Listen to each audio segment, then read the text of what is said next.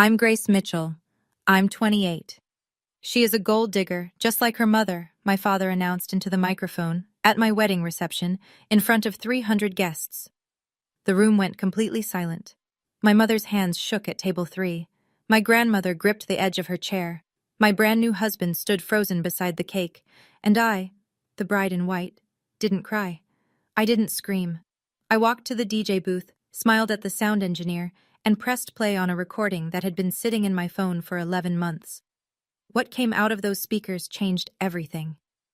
My father's face went white.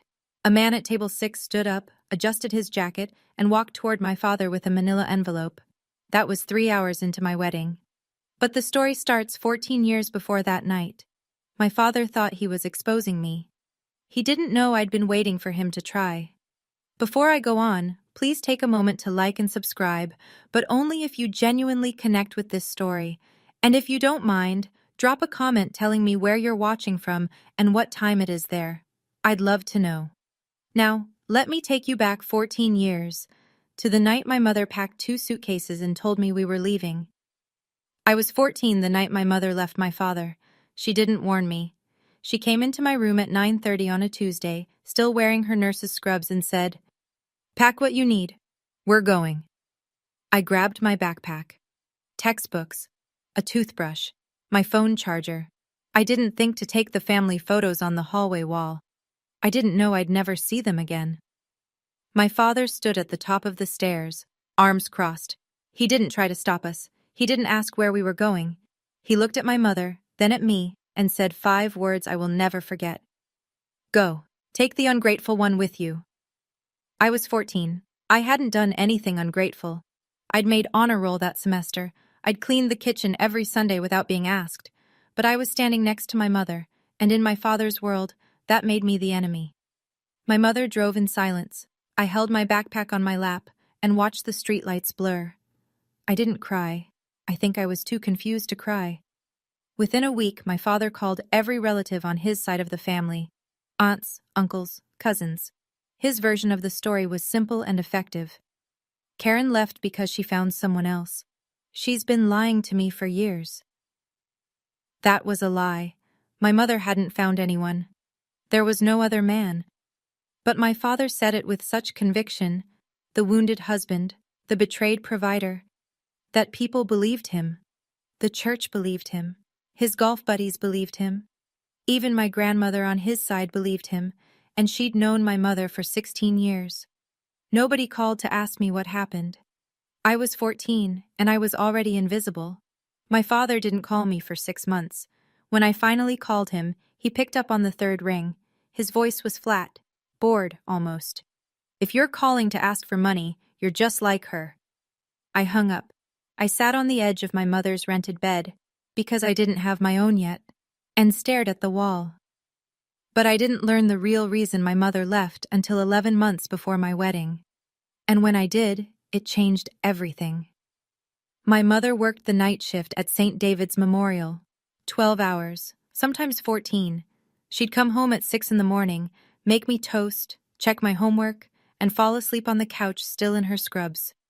We lived in a 1-bedroom apartment off Route 9. The carpet was beige and stained. The kitchen faucet dripped. My mother slept in the bedroom. I slept on a pull-out sofa in the living room and did my homework at the kitchen counter because we didn't own a desk. Meanwhile, my father lived in the 4-bedroom house my grandmother, his mother, had left him. Big yard, quiet street. The kind of neighborhood where people wave from their porches and know each other's dogs by name. During the divorce, my father told the court his income was lower than it actually was. My mother's lawyer was a legal aid attorney juggling 40 cases. He did his best. It wasn't enough. The judge signed off on a settlement that gave my mother $40,000. That's it. 14 years of marriage. 1 check. She never told me the number. I found out years later, 40,000. For a woman who'd put her nursing career on hold for 6 years to raise me while my father built his real estate business. My grandmother, my mother's mother, Maggie Brooks, helped when she could. She'd drive over with groceries, slip a 20 into my coat pocket when I wasn't looking. But she lived on a fixed income. Social Security and a small pension from the school district where she'd worked as a secretary for 31 years. At school, a girl in my English class asked me during lunch, Didn't your dad say your mom is a homewrecker? The rumor had traveled from my father's church circle to the school parking lot in under a month. I ate the rest of my sandwich in the bathroom stall. I kept my grades up. I didn't have a choice. Scholarships were my only way out. And when the acceptance letter came, full ride, state university, my mother held it in both hands and cried harder than the night we left. My father didn't know I'd been accepted. I didn't tell him. He never asked. Your mother didn't leave because she's weak, sweetheart, my grandmother told me once, sitting at her kitchen table. She left because she's brave. I wanted to believe that. It took me a long time. I graduated summa cum laude, full scholarship, no debt. I became an English teacher at a public high school 20 minutes from my mother's apartment. The pay wasn't glamorous, $46,000 a year before taxes, but it was mine, every dollar. I graded papers at night. I drove a 10-year-old Honda Civic. I bought my groceries at Aldi and packed my lunches in Tupperware. And I tried to keep a relationship with my father. I don't know why. Maybe because I still remembered being 6 years old, sitting on his shoulders at the county fair, believing he was the tallest man alive. Maybe because part of me thought if I just showed up enough, he'd finally see me.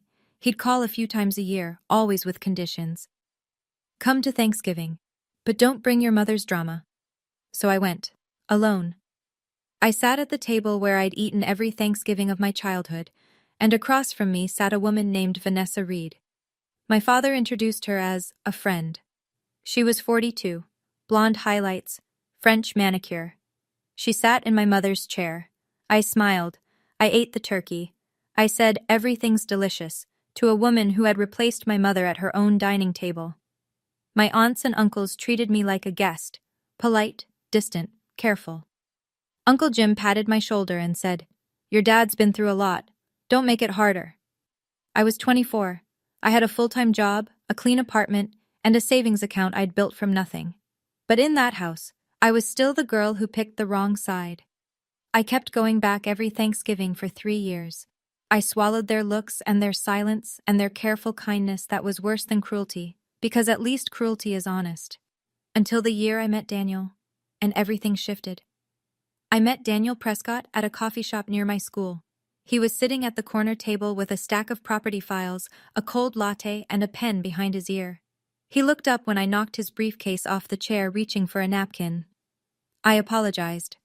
He laughed. He had a quiet laugh, the kind that starts in the eyes before it reaches the mouth. He was a real estate attorney at a small firm downtown, not flashy, no corner office. He drove a Subaru and wore the same 3 ties in rotation. But he listened. Really listened. Not the kind of listening where someone waits for you to finish so they can talk. The kind where you feel heard in your bones. We dated for 2 years, slow, steady. He never once asked about my father's money. He didn't know there was any to ask about. When I introduced Daniel to my father, Richard was polite. Cool. He shook Daniel's hand, asked about his firm, and smiled with his mouth, but not his eyes. After dinner, when Daniel went to the restroom, my father leaned across the table and said, "He's a lawyer? You know what lawyers do, right? They dig into people's business." I didn't answer. He didn't need me to. He was talking to himself. Daniel proposed on a Sunday morning in my apartment. No fancy restaurant, no skywriting. He made pancakes, put the ring in his pocket, and said, "I want every Sunday to be like this." I said yes before he finished the sentence. I called my father to tell him. 10 seconds of silence. Then, "I hope he knows what he's getting into." That was his congratulations.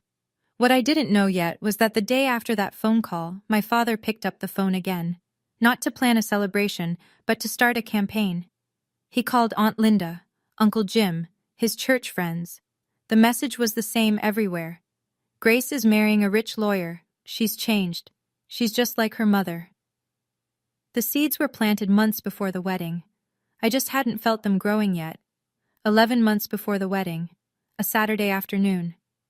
I was at my mother's apartment helping her pack boxes. She was downsizing, moving to a smaller place because even the 1-bedroom on Route 9 had gotten too expensive. We were sorting through the hall closet when I found a shoebox on the top shelf, old sneakers inside, a few receipts, a folded piece of paper. And underneath everything, a USB drive with a strip of masking tape on it. Someone had written on the tape in blue ink, "From V. You should hear this."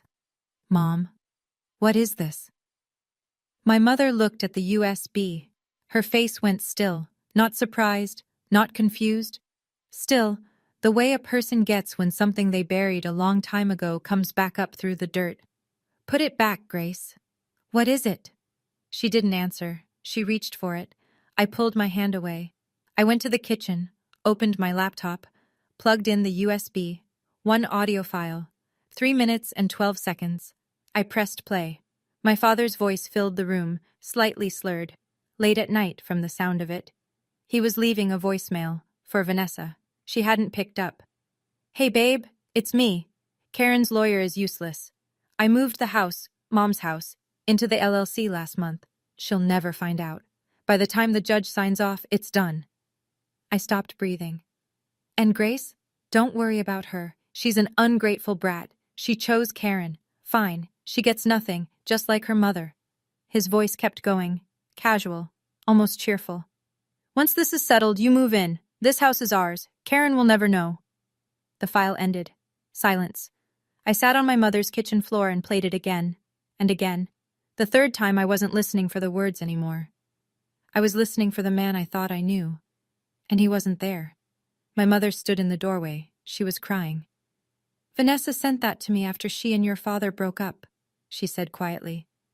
"I think she wanted to hurt him, or help me. I don't know. I kept it because I was afraid to use it, and I was afraid to throw it away." I sat on that floor for 2 hours. Then I called Daniel. "I need you to look at something," I said, "as a lawyer." Daniel came over that night. I handed him the USB without saying anything. He plugged it in, pressed play, listened with his hands folded on the table, the way he does when he's processing something serious. When it finished, he didn't speak for a long time. Then he opened his laptop and pulled up the county assessor's website, public property records, the kind anyone can search if they know where to look. It took him 11 minutes. "Grace," his voice was careful, "your grandmother's house, the one your father lives in, it was transferred into an LLC 18 months before the divorce was finalized. The LLC is registered to your father and a woman named Vanessa Reed." He turned the screen toward me. There it was, black and white, public record. The house my grandmother had left to my father, appraised at $680,000, had been quietly moved out of his name and into a shell company before the court ever divided anything. My mother received $40,000 in the divorce. She should have received half. "This is fraud," Daniel said. "Your mother can file a civil suit to recover her share. The voicemail isn't definitive on its own, but combined with the property records, it's strong." I drove to my mother's apartment the next morning. I showed her the records. I played the voicemail one more time. I laid it all out. She sat at her kitchen table, the same table where she'd done 14 years of crossword puzzles alone, and shook her head. "I don't want to fight him anymore, Grace." I wanted to scream. I didn't. "Okay, Mom." I kept everything. The USB, the records, the screenshots. I didn't plan to use any of it. Not then. Not at my wedding. That decision came later, because my father forced my hand, 6 months before the wedding. I sent my father an invitation. Cream cardstock, gold lettering.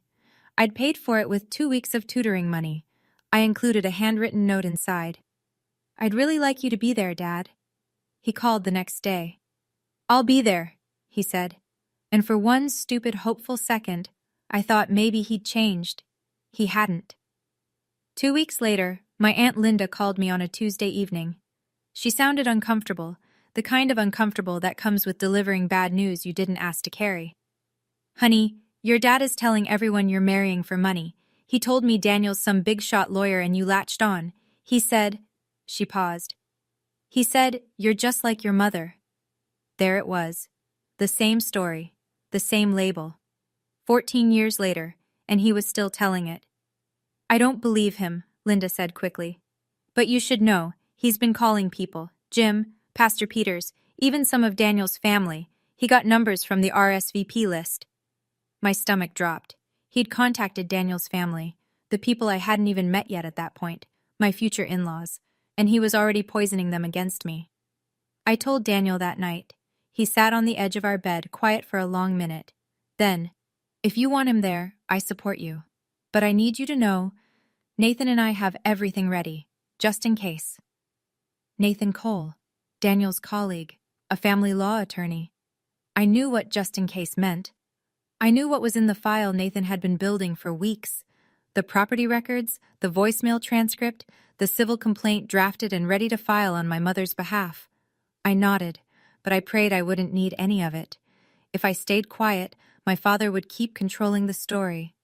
My mother would never see a dime of what was stolen from her, and I would spend the rest of my life wearing the word Golddigger in every room my father entered. 2 weeks before the wedding, my father called again. What he said made me stop hoping. The call came on a Wednesday night. I was grading essays at the kitchen table. Daniel was reading on the couch. My phone buzzed. "Dad," I picked up. "I'm doing the father's toast," he said. "No greeting, no small talk. It's tradition." "Of course, Dad." "And I want to talk to the wedding planner. I have things I need to coordinate." I closed my eyes. "I'll give you her number." A pause. Then his voice dropped. Quieter, slower, the way it always got when he wanted his words to land like a slap disguised as advice. "I hope Daniel knows that marrying you doesn't make him family. My family has standards." I sat very still. My pen stopped moving on the essay in front of me. I could hear the refrigerator humming.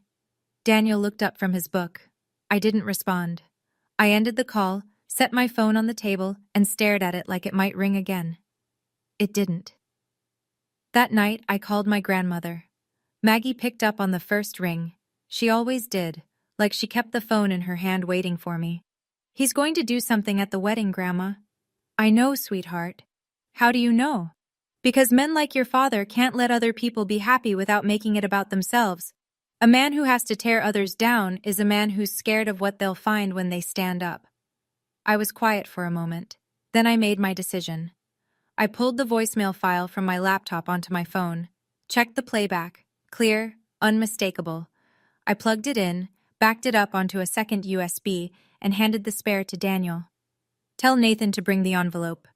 Daniel nodded. No questions. He already knew. The next morning, I called Aunt Linda.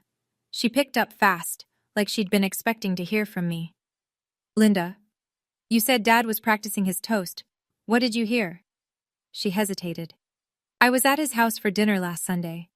He was in the study with the door open. I heard him reading something out loud. Grace, it wasn't a normal toast. He was practicing something about your mother." My stomach tightened, but my hands were steady. I tried to stop it. I want you to know that. I didn't go into my wedding hoping for a fight.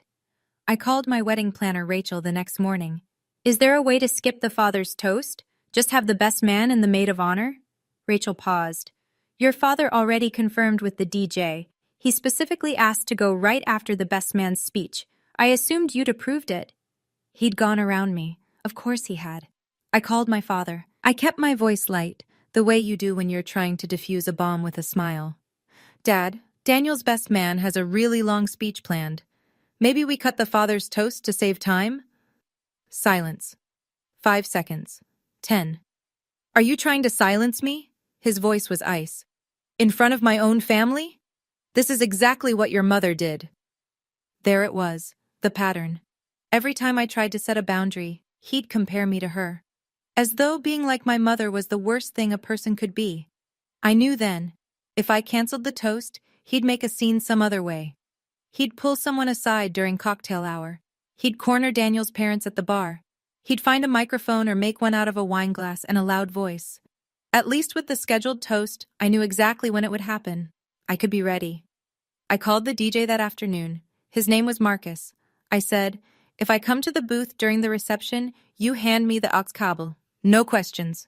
Marcus said, "You got it."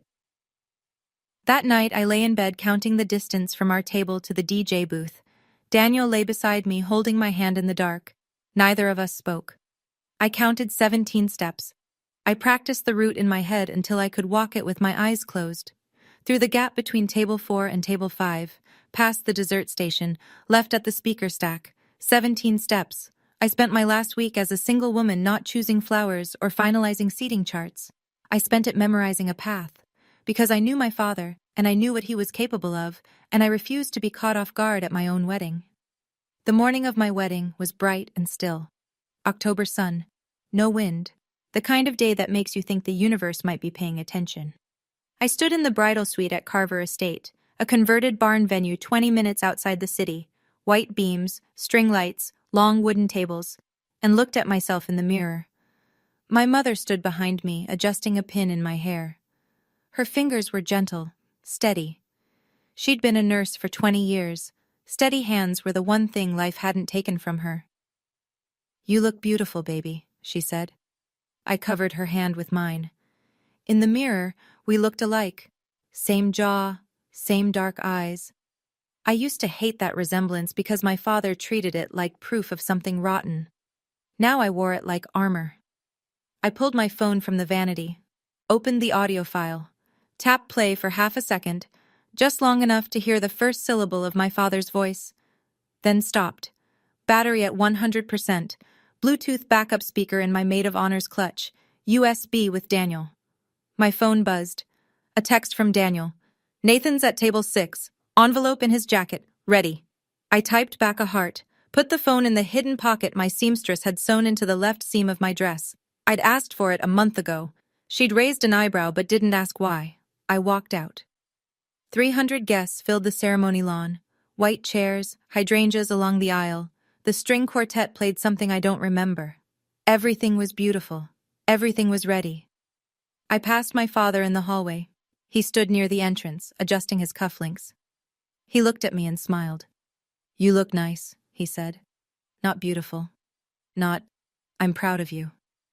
"Nice." I smiled back, kept walking. The ceremony was perfect. The vows, the rings. Daniel's voice cracked when he said, "I do." And the whole crowd laughed, and I loved him so much in that moment that I almost forgot what was coming. We kissed. People cheered. We walked back up the aisle together, and for a few minutes I let myself believe that maybe my father would surprise me. Maybe the toast would be kind. Maybe this one time he'd choose his daughter over his ego. The reception started. Cocktails, dinner, toasts from the best man and the maid of honor, both funny, both warm. 3 hours passed. People danced, people laughed. The cake was chocolate with buttercream and it was perfect. Then the MC picked up the microphone and said the words I'd been dreading all night. "And now, the father of the bride would like to say a few words." My father stood up, adjusted his tie, picked up the microphone, and smiled at me the way he always did, right before he said something cruel. He cleared his throat, tapped the microphone once.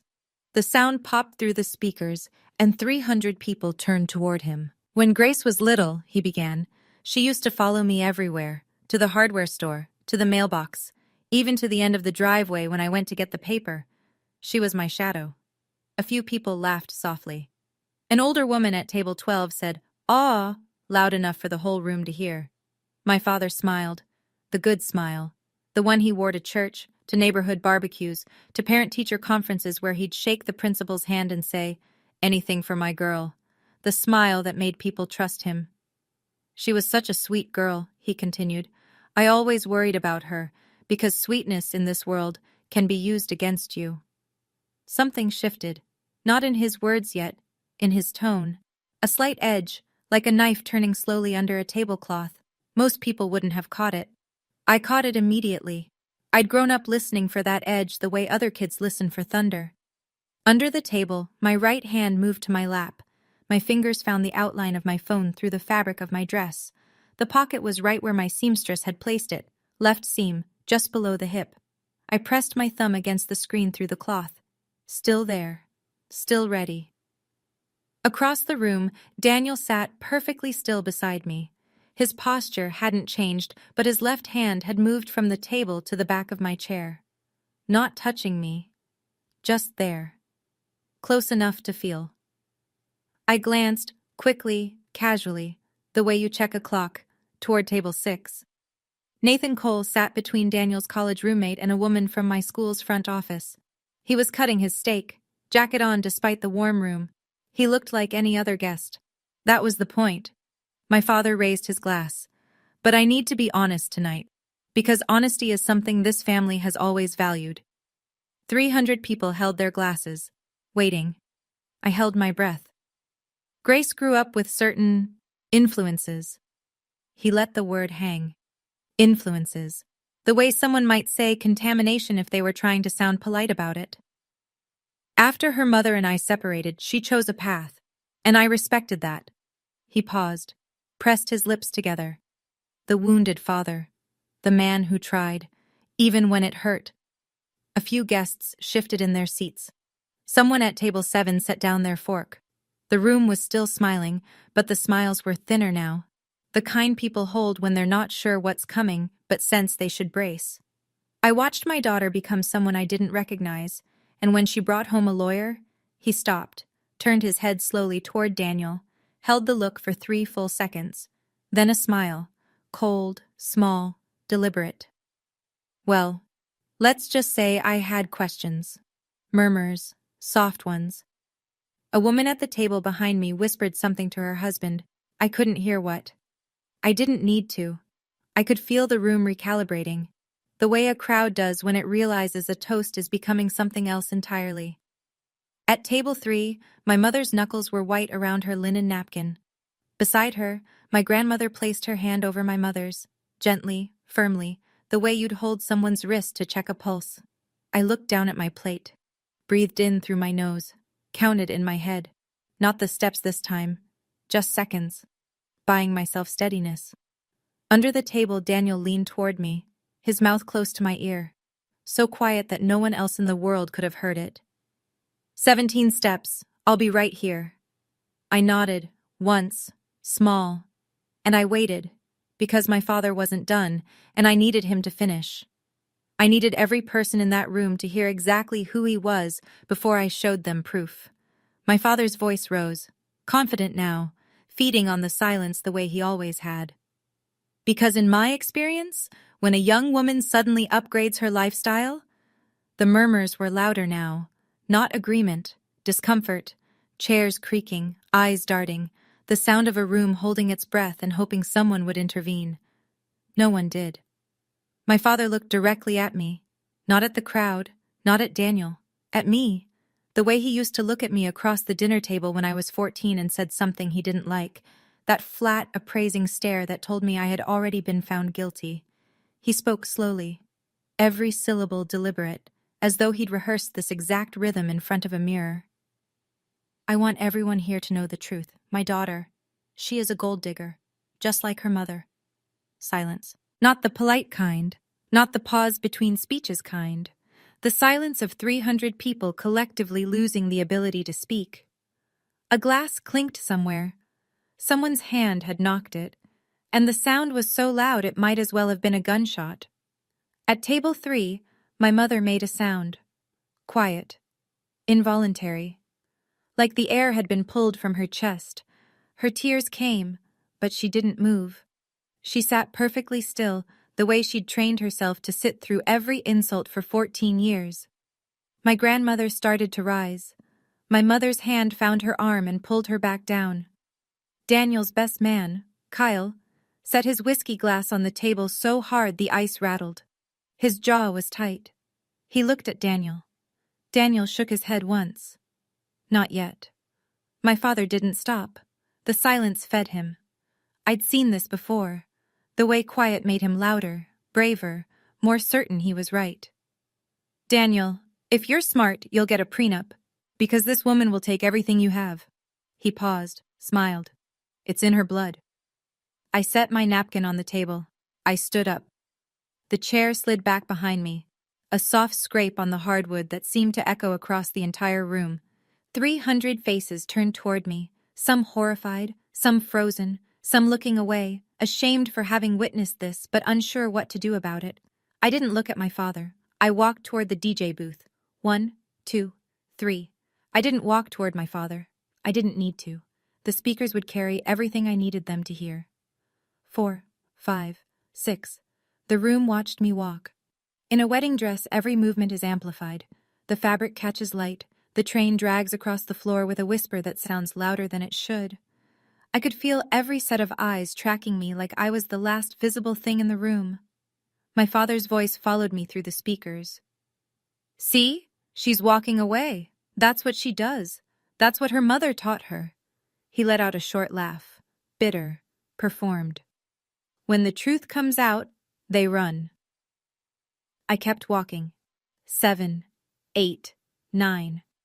At the edge of the room, Rachel, my wedding planner, pressed her walkie-talkie to her lips and whispered something. A server near the kitchen door froze mid-step, holding a tray of champagne at a tilt. 10, 11, 12. My father was still talking. He thought I was leaving. He thought I was going to the bathroom, or outside, or to the car.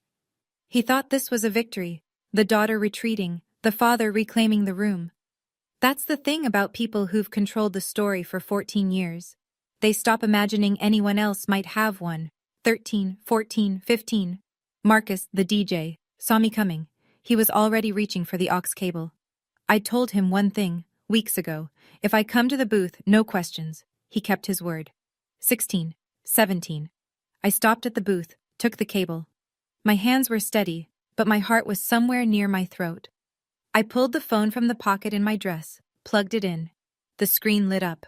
The audio file ready, the play button waiting under my thumb. I turned around. 300 people stared at me. My mother, my grandmother, Daniel, Kyle, Nathan at table 6, Rachel by the kitchen, the server with the tilting champagne, and my father, standing in the center of the room with the microphone still in his hand, and a look of faint confusion beginning to crack through his confidence. I leaned into the DJ's microphone. My voice was even, quiet. I didn't need to yell. The speakers would do the work.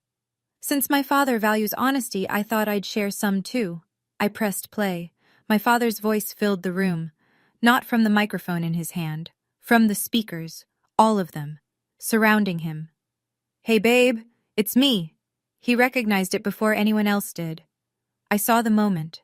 His shoulders stiffened, his grip on the microphone tightened, and the color began to leave his face, starting at his forehead and moving down like a shade being drawn. "Karen's lawyer is useless. I moved the house, Mom's house, into the LLC last month. She'll never find out. By the time the judge signs off, it's done." The room didn't gasp. It went still in a different way than before. Deeper, heavier. Before, they'd been shocked by cruelty. Now they were hearing a confession, and everyone knew whose voice it was. A man at table 8 leaned forward with both hands on the table, as though he needed to physically anchor himself. A woman near the back, one of my father's church friends, brought her fingers to her mouth. Aunt Linda sat at table 11 with both eyes closed. My father's recorded voice kept going. Casual, almost cheerful, talking about his own daughter the way you'd talk about a stray cat that wandered into the yard. "And Grace? Don't worry about her. She's an ungrateful brat. She chose Karen. Fine. She gets nothing. Just like her mother." I watched the room receive those words. 300 people hearing a man call his daughter an ungrateful brat on a voicemail to his mistress, the same man who'd just called her a gold digger 10 seconds ago from this very spot. The pattern was visible now. Not an opinion, a campaign. "Once this is settled, you move in. This house is ours. Karen will never know." The file ended. The speakers hummed into silence.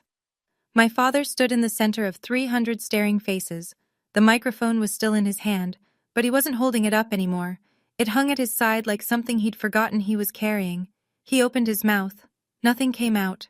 Nobody clapped. This wasn't a movie. This was a wedding reception where 300 real people had just heard a real man confess to fraud on a voicemail meant for his girlfriend. The room fractured the way rooms do when something irreversible happens. Not all at once, but in pieces.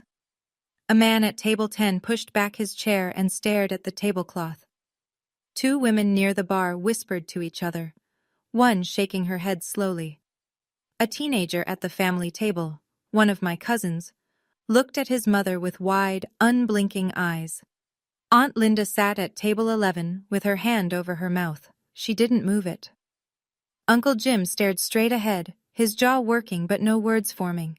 Pastor Peters, 3 seats down, had removed his glasses and was pressing his thumb and forefinger against the bridge of his nose, the way you do when you need to rethink everything you've believed about someone. At table 9, my friend Carla was crying. Not loudly, just tears running down her face while she gripped her husband's hand under the table. My father found his voice, hoarse, fast.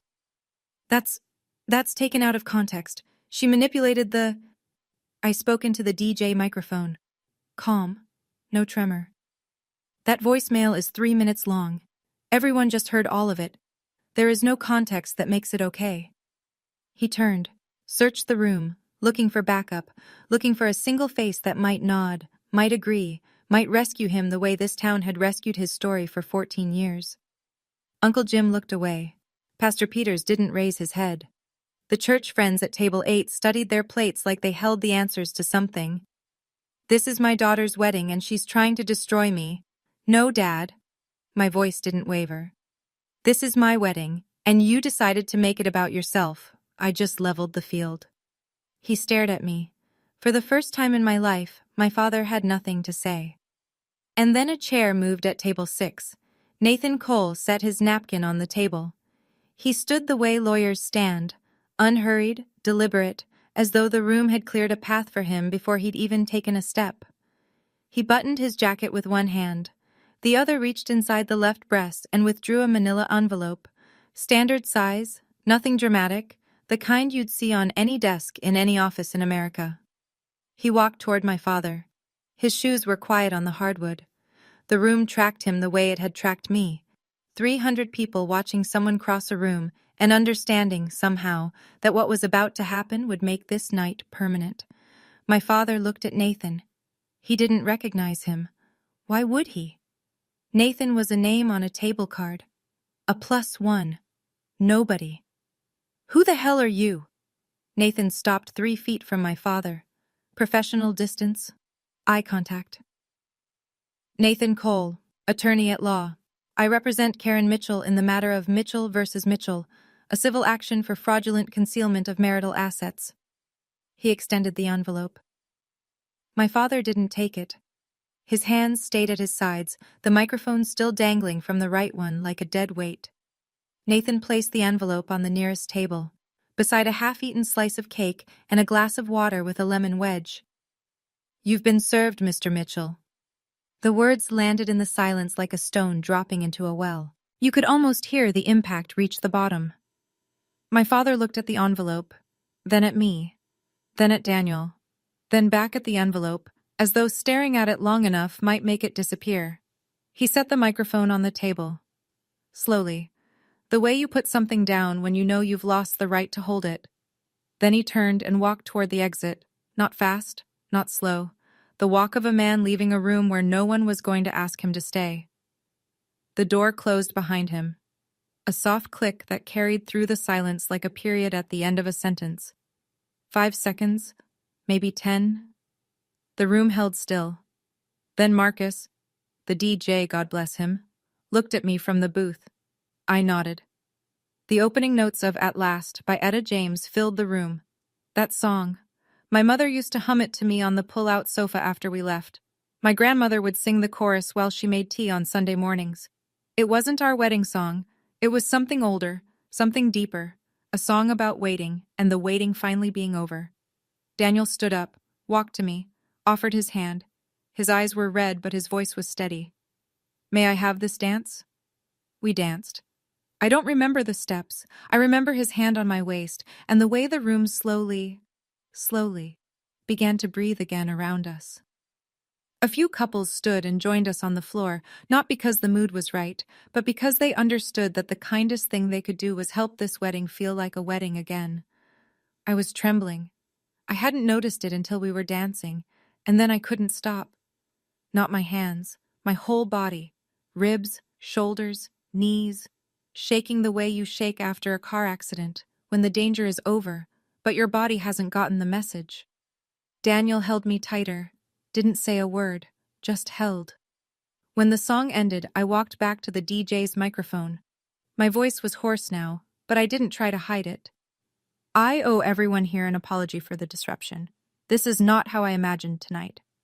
I took a breath. My father and I have a complicated history.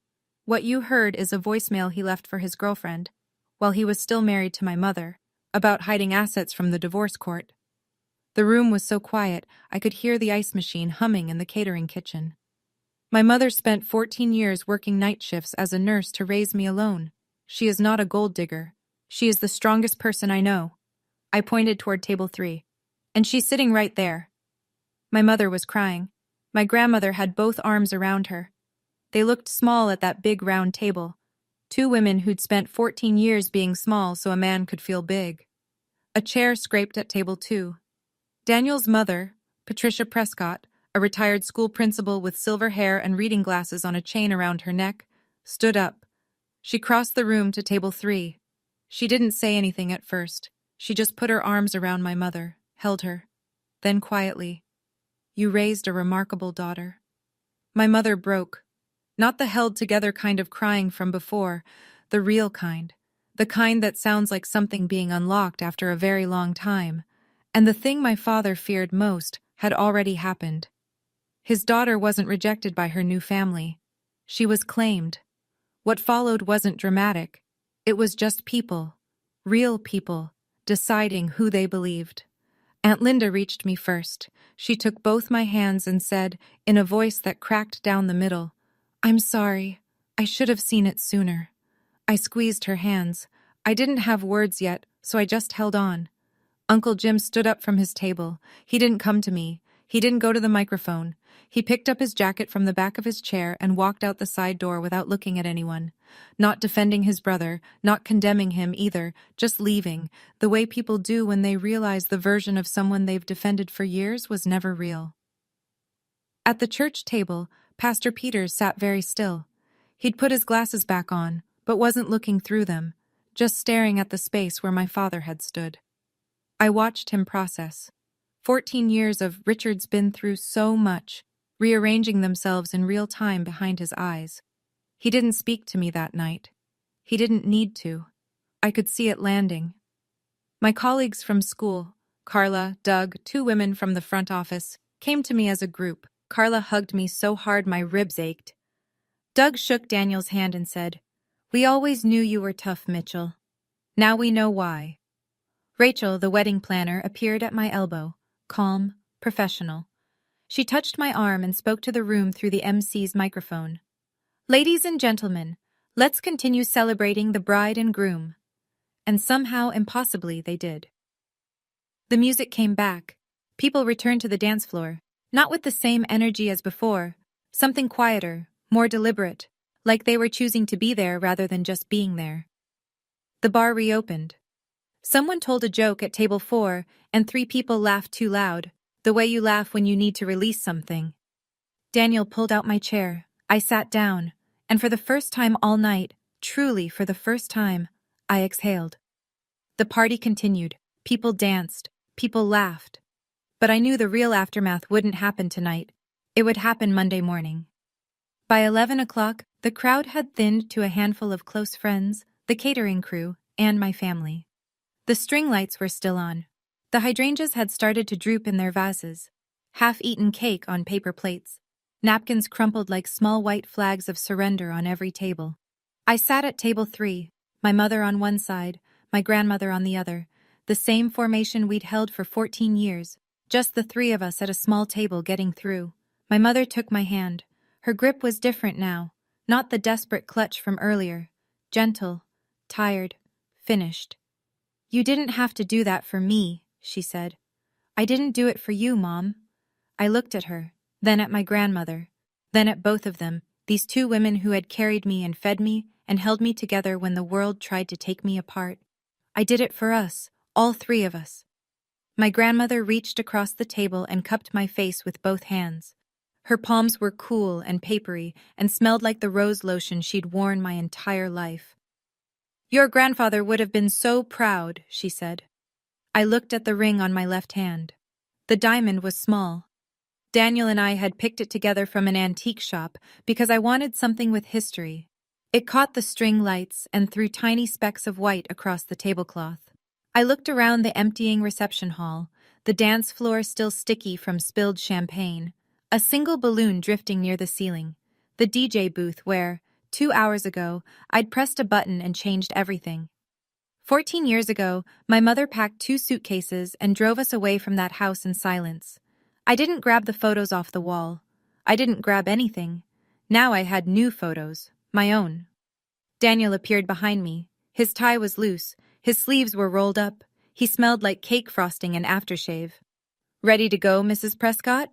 I laughed, the first real laugh of the night. The kind that happens when you've been holding everything so tight that when you finally let go, the relief sounds like joy. "Almost. Give me 1 more minute." I hugged my mother, long and hard, the kind of hug you give someone when you both know what it cost to get here. I hugged my grandmother, her small frame solid against mine. And then I stood up, took my husband's hand, and walked out into the October night. The air was cool, the stars were out, and for the first time in 14 years, I wasn't carrying anything that didn't belong to me. The morning after my wedding, I woke up in the honeymoon suite of a hotel I'd booked with a teacher's salary and a coupon from a travel app. Daniel was already awake beside me, phone to his ear, speaking quietly. I heard Nathan's voice on the other end, tinny through the speaker, but clear enough to follow. "Process is clean. He's been served. Karen's case is officially filed with the county clerk as of 9 this morning. The property records are public, the LLC transfer, the dates, everything. It's documented and it's strong, Daniel." Daniel thanked him and hung up. He turned to me. Morning light through the curtains. His hair was sticking up on one side. He looked like a man who'd slept 3 hours and lived 3 years in the span of a single night. "Are you okay?" I thought about it. Not the polite version, the real one. "I think so. I think this is what okay feels like when you've never had it." He didn't try to fix that sentence, he just lay there and let it be true. Later that morning, I called my mother. She picked up on the first ring. "I talked to Nathan this morning," she said. Her voice was steady, steadier than I'd heard it in years. "He explained the case. He explained what the next steps look like. I'm scared, Grace, but I'm ready." I leaned against the headboard of a hotel bed and felt something shift in my chest. Relief, not the giddy, celebratory kind, the structural kind, the feeling of a load being distributed after years of being carried alone. "You don't have to be brave alone anymore, Mom," she cried. But it was different this time. Not the quiet, wall-muffled crying I'd heard through the apartment when I was 15. Not the silent tears at table 3. This was open, full-throated, the sound of someone finally letting a wound breathe. I didn't try to stop her. Some tears are not a problem to be solved. They're a process. You let them run. My father started making calls before the sun was up on Sunday. I know this because Aunt Linda told me. She was the first person he dialed. "He called me 6 times before 8 a.m., she said when she reached me that afternoon. "He says you set him up. He says the recording is fake. He says you edited it or someone impersonated his voice or... I don't know, Grace. He had 5 different explanations and none of them matched." "Do you believe him?" A long pause, the kind where you can hear someone choosing between loyalty and truth. "No." Her voice was quiet but firm. "I heard his voice, Grace. Everybody heard his voice. That was him." My father called Uncle Jim next, then Pastor Peters, then 3 couples from the church hospitality committee and a deacon named Frank who my father played poker with on Thursday nights. The pitch was the same everywhere. Grace is manipulative. She planned this. She's doing exactly what her mother did. But here's the thing about a voicemail played through high-quality wedding venue speakers in front of 300 witnesses. You can't unhear it. Every person in that room had listened to Richard Mitchell, in his own voice, describe how he'd hidden a $680,000 house from the divorce court, call his daughter an ungrateful brat, and promise his girlfriend a future built on stolen assets. No amount of phone calls could rewrite that. By Tuesday, Pastor Peters called my mother, the first time in 14 years. "Karen, I owe you an apology." His voice was heavy, old-sounding, even though he was only in his 60s. "I believed Richard's version for too long. I'm sorry." My mother was quiet for a moment. She set the phone down, looked out the window at the parking lot of her apartment complex, then picked it up again. Thank you, Pastor. That means more than you know. She didn't say anything else. She didn't need to. An apology 14 years late isn't a cure. But it's an acknowledgement that the wound was real. And sometimes that's the part that takes the longest to arrive. Meanwhile, Richard discovered the source. He'd called Vanessa Reed. And her number was disconnected, changed, gone. The woman he'd trusted with his secrets had handed those secrets to the woman he'd betrayed, and then vanished from his life completely. He was calling into voids now, every line dead, every ally silent, every door he'd spent years propping open, closed. 2 weeks after the wedding, Nathan called a three-way with me and my mother. He was all business, no pleasantries, no dramatic pauses, just facts. Richard's attorney reached out this morning. They want to settle out of court. Nobody was surprised. My father knew what was in the public record. He knew the voicemail existed. He knew 300 people could be called as witnesses to his own words. Going to trial would be a spectacle he couldn't afford, financially or otherwise. His opening offer, $100,000. Nathan's response was one sentence. The house was appraised at $680,000 at the time of the divorce. Your client concealed it. We're seeking equitable distribution plus damages. My father's lawyer pushed back. Of course he did. That's what lawyers do. There were 6 weeks of calls, emails, counteroffers, and document exchanges. Nathan handled all of it. My mother didn't have to sit in a room with Richard. She didn't have to see him. She just had to sign where Nathan told her to sign and trust the process. The final number? $340,000. 50% of the home's value at the time of the divorce. My father would have to liquidate the LLC, sell the house his mother had left him, to pay it. The house where he'd lived for 14 years. The house he'd stolen from the settlement. My mother received the wire transfer on a Thursday afternoon. She was at work, mid-shift at the hospital, when the notification came through on her phone. She told me later that she walked into the break room, sat down on a plastic chair, and just looked at the number. For the first time, she said, I can breathe.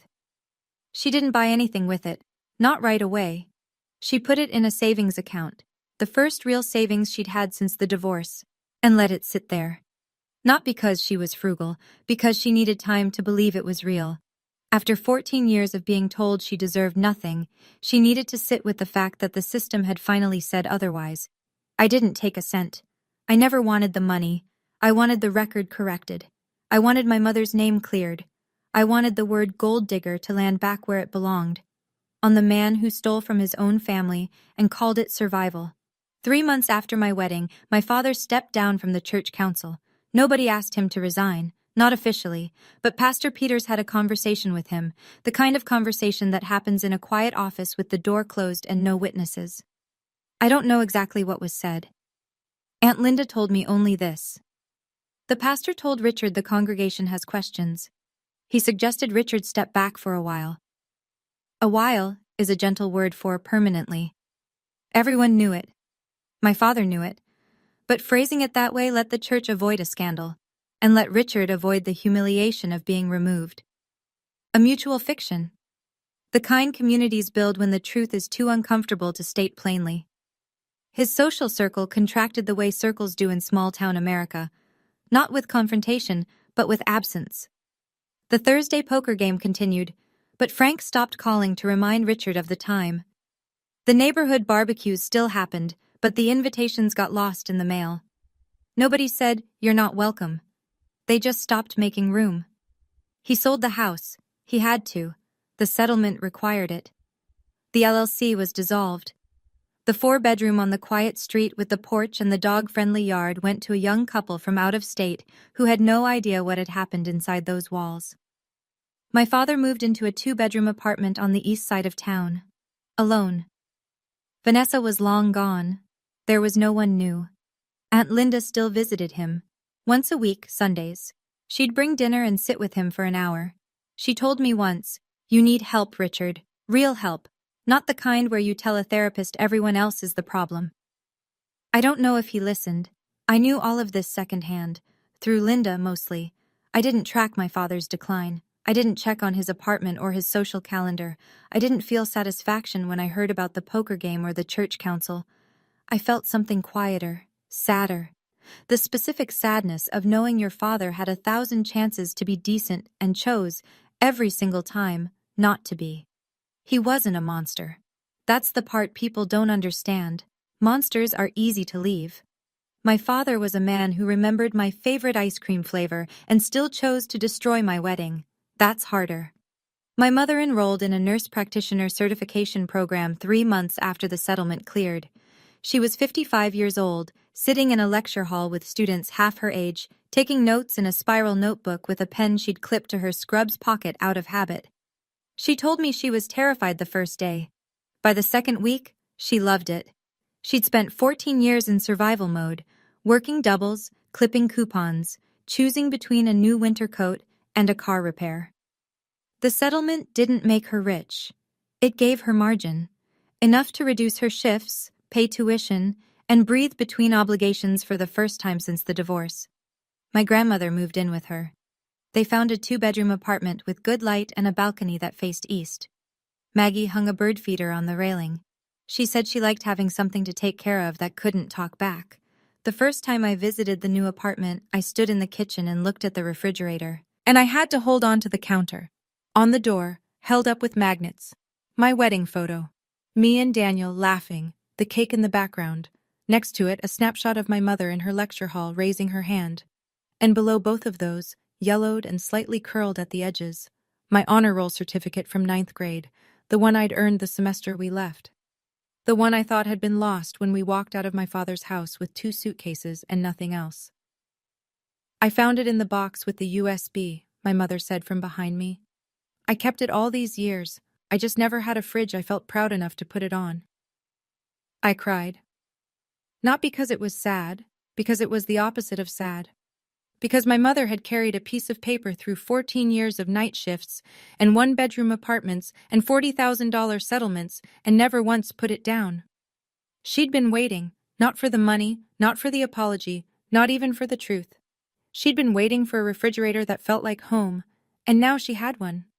4 months after the wedding, I received an email from my father. I saw his name in my inbox at 7 in the morning, sitting at the kitchen table with a mug of coffee and a stack of ungraded quizzes. Daniel was in the shower. The apartment was quiet, and there it was. Richard Mitchell, subject line, the truth. I opened it. I read every word. It took about a minute. It was not an apology. It was not a confession. It was not a man reckoning with what he'd done. It was a page-long exercise in the exact same narrative he'd been telling for 14 years, repackaged with fresh self-pity and delivered to my inbox like a bill I owed him. I hope you're happy now that you've destroyed your own father's life. I gave you everything, and this is how you repay me.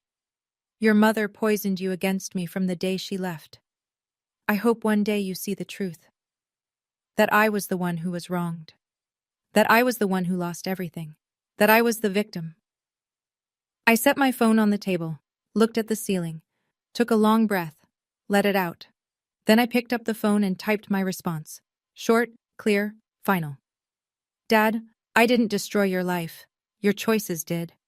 I wish you well, but I can't have a relationship with someone who refuses to take responsibility. This is my boundary. Please respect it. I read it once, changed nothing, hit send. Then I blocked his email address. I didn't pause. I didn't second guess. I didn't feel the pull of guilt that would have flattened me a year ago. I'd spent 14 years leaving the door open for a man who only walked through it to break things. The door was closed now, and I was the one who closed it. Daniel came out of the shower, towel around his neck, saw my face. You okay? I will be. He sat down across from me. Didn't push, didn't ask to see the email, just sat, poured himself coffee, started on the crossword, and the morning continued. The way mornings do when you've finally stopped waiting for someone to change. 1 year after my wedding, Daniel and I live in a rented apartment 12 minutes from my school, 2 bedrooms. One of them is a home office where I grade papers and Daniel reviews contracts. The walls are white, the couch is secondhand. The coffee maker costs $19 at Target and it works fine. I still teach English. 10th graders. I still pack my lunch in Tupperware and eat it in the faculty lounge next to a woman named Denise who talks about her cats like they're senators. I still drive the Honda Civic, though it now has 163,000 miles and a rattle in the dashboard that Daniel swears he'll fix on Saturday but never does. Nothing has changed on the outside. Everything has changed underneath. I sleep through the night now. I hadn't realized I wasn't sleeping until I started. The difference was like putting on glasses for the first time and understanding that trees have individual leaves. I don't lie in bed counting the ceiling tiles. I don't rehearse conversations with my father at 2 a.m. I don't check my phone in the morning with a knot in my stomach, bracing for whatever he might have texted. The knot is gone. I didn't notice it leaving. One morning it just wasn't there, and I stood in the kitchen and cried into my cereal, and Daniel asked if I was okay, and I said, I think this is the first morning I've ever woken up. Not afraid. And he held me, and the cereal got soggy, and it was the most ordinary, beautiful morning of my life. People ask me if I regret what I did at my wedding, and here's the honest answer. I regret that it was necessary. I wish my father had given a normal toast. I wish he'd said, I'm proud of you. I wish the voicemail didn't exist. But it does. And pretending it didn't would not have protected anyone. It would have protected him. Boundaries aren't punishment. They're survival. My mother passed her nurse practitioner exam on the second attempt. She cried in the parking lot of the testing center and called me from the driver's seat with her hands still shaking. Her starting salary in the new role is nearly double what she made as a staff nurse. She's not wealthy, she's stable. And for a woman who spent 14 years choosing between groceries and car insurance, stable is everything. My grandmother Maggie still lives with her. She's 80 now and slower than she used to be, but she still makes Sunday dinner for the four of us. Pot roast, green beans, rolls from scratch. Daniel does the dishes after. Maggie supervises from the kitchen doorway and tells him he's loading the dishwasher wrong. He loads it wrong on purpose because it makes her laugh. Aunt Linda calls me every few weeks. She doesn't push reconciliation. She just talks. About the weather, about her garden, about a book she's reading. Sometimes, casually, she'll mention my father. He's seeing a therapist now. I don't know if it's working, but he's going. I listen. I don't comment. I don't hope, and I don't despair. I just take the information, set it somewhere neutral, and move on. Linda understands that. She's the only person from my father's side who earned the right to stay, and she earned it by never once asking me to forgive him on his timeline. Nathan still works with Daniel. They play golf on Saturday mornings, badly from what I hear. The last time Nathan came to Sunday dinner at my mother's, he sat at the table, and Maggie served him an extra roll without asking. He looked at me across the table and grinned. I said, Table 6 will never be just a table to me. He laughed. Maggie asked what was funny. Nobody explained. Pastor Peters invited my mother back to the church last month. She said she'd think about it. She's still thinking. If you're watching this and you have a parent who makes you feel small, at the dinner table, on the phone, in the quiet way they look at you when they think you're not enough, I'm not going to tell you what to do. Every family is different. Every wound is shaped differently. I don't know your father. I don't know your mother. I don't know what you've survived or what you're still surviving. But I'll tell you what I learned. You don't owe anyone access to your life just because they share your blood. Love is not a debt. Showing up to Thanksgiving and swallowing insults is not loyalty. It's erosion. And standing up for yourself is not betrayal, no matter how many times they tell you it is. My father called me a gold digger in front of 300 people. What he didn't know is that the only gold I ever wanted was the truth. And the truth is this. My mother is not a gold digger.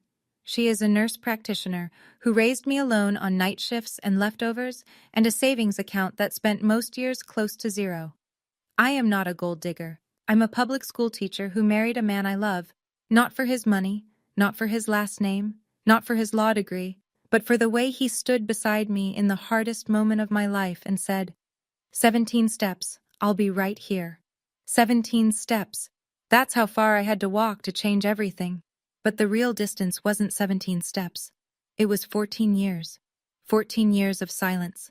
14 years of showing up to holidays where I wasn't wanted. 14 years of answering the phone and hearing my father's voice and hoping every single time, McGay, that this would be the call where he said, I'm sorry. That call never came. So I made a different one. I chose myself. I chose my mother. I chose the truth. And if you need permission to do the same, consider this yours. Last Sunday, my mother's apartment. The one with the good light and the bird feeder on the balcony. We're sitting around the kitchen table. Me, Daniel, my mother, my grandmother. The table is small. Our elbows almost touch. There's pot roast and green beans and rolls from scratch, and Daniel has already eaten 3 rolls and Maggie is pretending not to notice. My mother is laughing. Not the careful kind of laughing she used to do, the kind that checked the room first to make sure it was safe. Real laughing. Loud. She's telling a story about a patient who brought a parrot to the clinic, and Maggie is shaking her head and saying, "Lord have mercy," even though she's laughing too. And Daniel is wiping his eyes with a napkin because he's laughing so hard he can't breathe. I'm just sitting here, watching them. On the refrigerator behind my mother's head, our wedding photo, slightly crooked. Her nurse practitioner certificate in a cheap gold frame. And below both, held up by a magnet shaped like a sunflower, my honor roll certificate from 9th grade, yellowed, curled, 14 years old, still there. I look at that refrigerator, and I think about the one in my father's house, the one I grew up with, covered in everyone else's achievements, where I once taped my own certificate and found it gone by morning. This fridge is different. This fridge holds everything. Daniel nudges me under the table. "You okay?"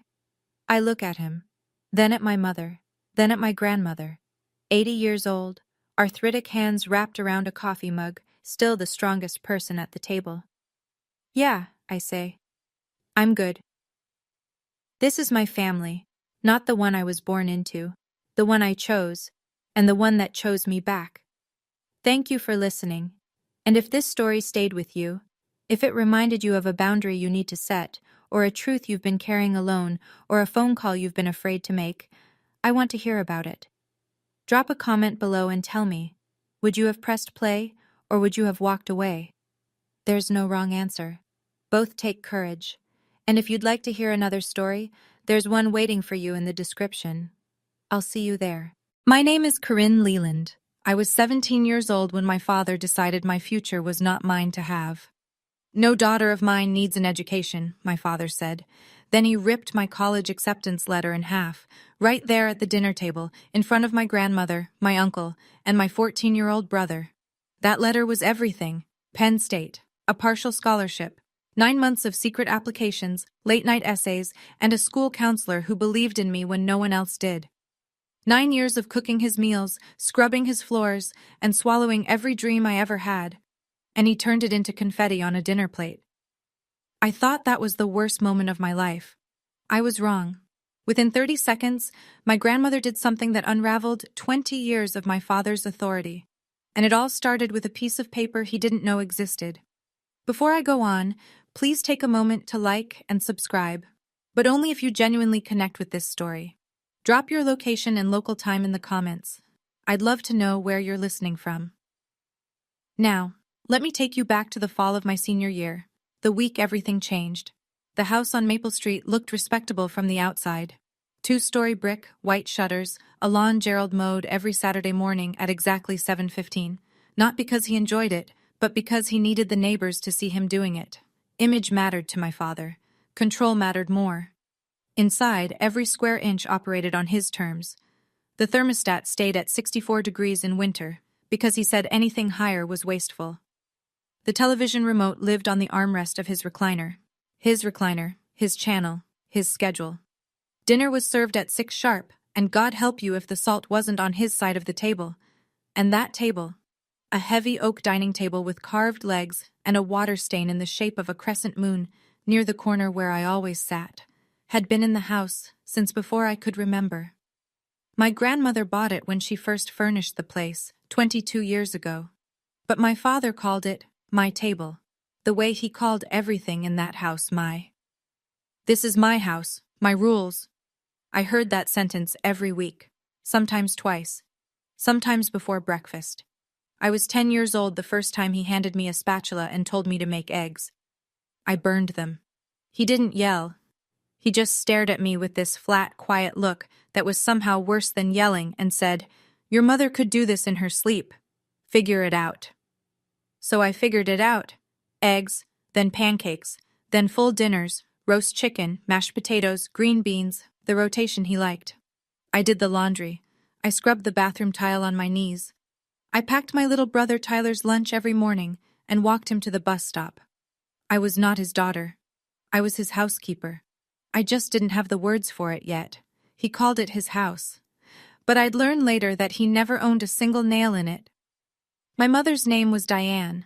She had brown hair that curled at the ends without trying, and a laugh that made you feel like you were in on some wonderful secret. I know this because I was 8 years old when she died, and those two details are the ones I've held on to the tightest. Breast cancer, stage 3 by the time they caught it, stage 4 by Christmas. She was gone before the tulips came up in the yard she'd planted the spring before. After the funeral, my father changed. Or maybe he didn't change. Maybe the grief just burned away whatever thin layer of softness had been keeping the rest of him hidden. He moved through the house like a man sealing off rooms. First the photos came down. Every picture of my mother, off the walls, off the fridge, off the mantel, packed into a cardboard box and shoved into the garage behind the snowblower. I snuck one out. A small snapshot of her holding me at the county fair, cotton candy stuck to my chin, both of us laughing. I kept it pressed inside my biology textbook like a secret. Then the rules tightened. No mentioning Mom at the table. No crying where he could see it. No asking when things would feel normal again. Your mother had dreams too, he said to me once when I was 12 and made the mistake of telling him I wanted to be a nurse someday. Look where that got her. He said it the way you'd comment on the weather, just a fact, like dying was something she'd done on purpose to inconvenience him. I found out years later, from my grandmother, in a sentence she started and then stopped, looking away, that my father had forbidden my mother from going back to school. Diane had wanted to finish her nursing degree. He said no. She stayed. That was the first time I understood that silence in our family wasn't peace, it was obedience. My daily routine was simple, the way a cage is simple once you stop rattling the bars. 5:30, alarm. 5:45, downstairs, coffee started, eggs on the skillet. Gerald. I started calling him that in my head around 15, though never out loud. Liked his coffee black with exactly 1 sugar, and if I forgot the sugar, he'd push the mug to the center of the table without a word and wait for me to fix it. 6:15, Tyler's lunch packed, his backpack by the door.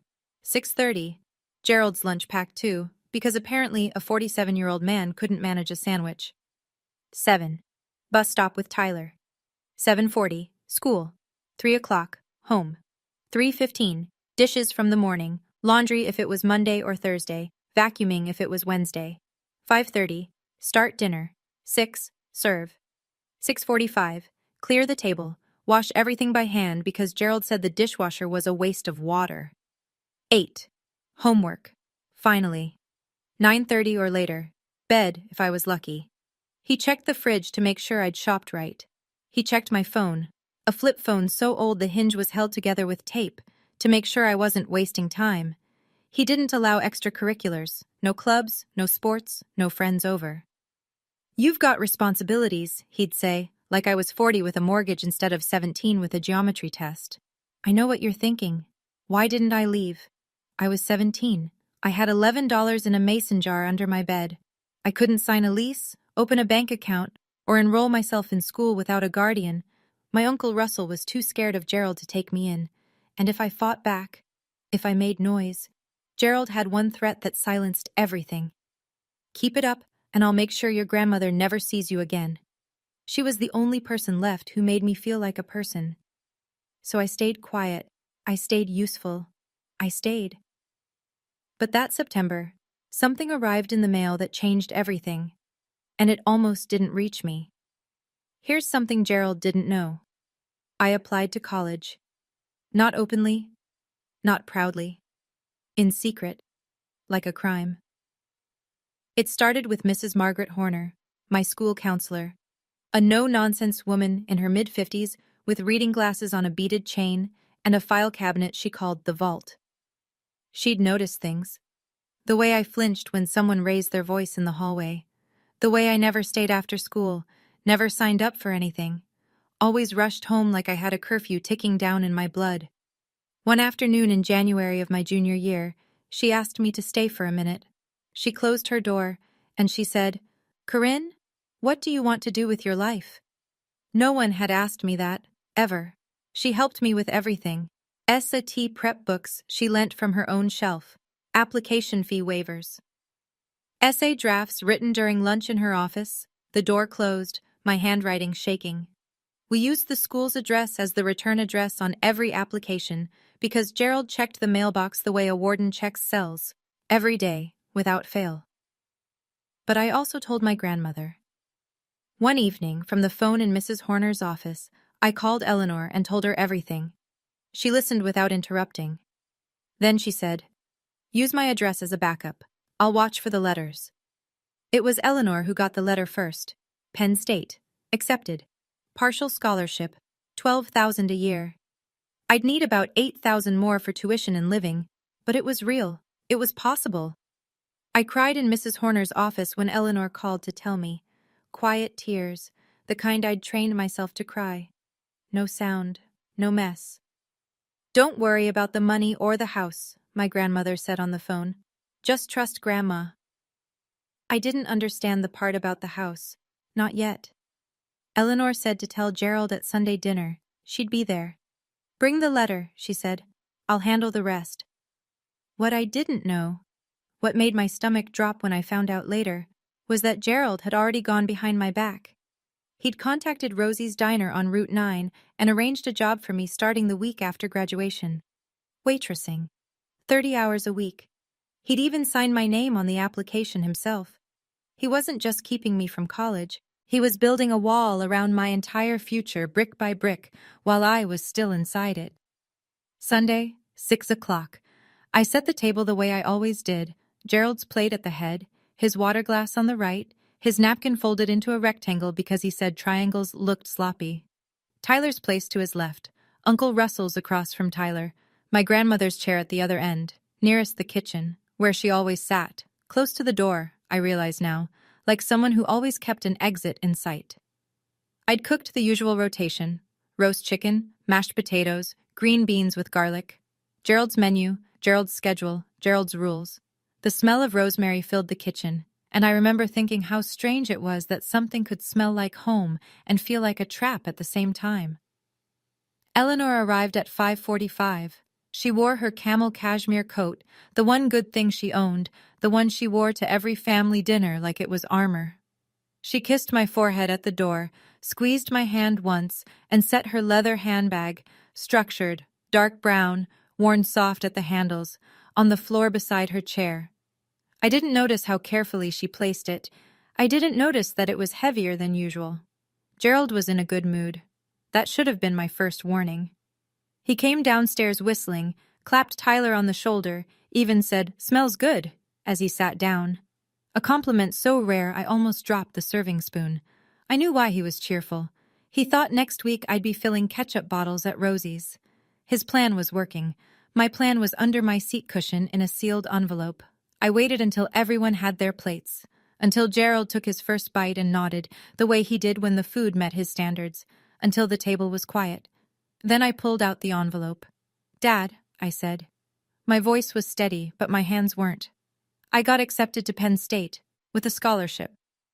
I held the envelope out to him like an offering, like a child showing a drawing to a parent and praying they'll put it on the fridge. Gerald set down his fork. He looked at the envelope the way you'd look at something dead on the side of the road, with a kind of distant, vaguely offended curiosity. He took it, pulled the letter out, read it slowly, his eyes tracking left to right, his jaw tightening with each line. Then his face went red. Not angry red, darker. The red of something that had been pressurized too long. He tore the letter in half. The sound, that clean, sharp rip, cut through the kitchen louder than any shout. He tore it again, 4 pieces. Then he dropped them onto his plate, right next to the chicken bones and the smear of mashed potatoes. "No daughter of mine needs an education," he said. Not yelling. Worse. Level. Absolute. Like he was reading a rule off a wall. "You're staying right here." He looked around the table. At Tyler, who stared at his plate. At Russell, who suddenly found his green beans fascinating. At Eleanor, who hadn't moved. "Nobody encourages this nonsense," Gerald said. "She's got a job at Rosie's starting next month. That's the end of it." I looked down at the pieces of my letter. 9 months of work, the late nights in Mrs. Horner's office, the essay I'd rewritten 11 times, the SAT I studied for using a prep book with someone else's notes in the margins. All of it sitting on a dinner plate soaking in gravy. Then Gerald leaned back in his chair and said the thing I will never forget. "Your mother had the same stupid ideas. Wanted to go back to school, be a nurse." He picked up his fork again. "And where is she now?" The table went silent. Even the clock on the wall seemed to hold its breath. He turned my mother's death into a weapon. Again. I wanted to cry, but I knew.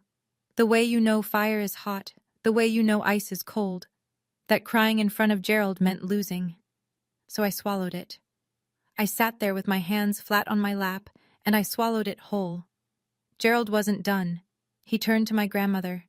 She was sitting perfectly still at the end of the table, her hands resting on either side of her plate, her face unreadable. "This is your doing, isn't it?" he said, pointing his fork at her. "Filling her head with ideas. You've always coddled her, just like you coddled Diane." He said my mother's name like it tasted sour. "And look how that turned out." Eleanor said nothing. "Clear the table, Corinne," Gerald said without looking at me. "Now, this conversation is over." I stood up. Reflex. 9 years of muscle memory carrying me toward the sink before my brain could catch up. My hands were already reaching for his plate when I heard my grandmother's voice. "Sit down, Corinne." Quiet, not loud. But something in it stopped me cold. A firmness I'd never heard from her before, like a door locking from the inside. Gerald's eyes snapped to Eleanor. "Ma, stay out of this. This is my house, my daughter, my decision." Uncle Russell shifted in his seat.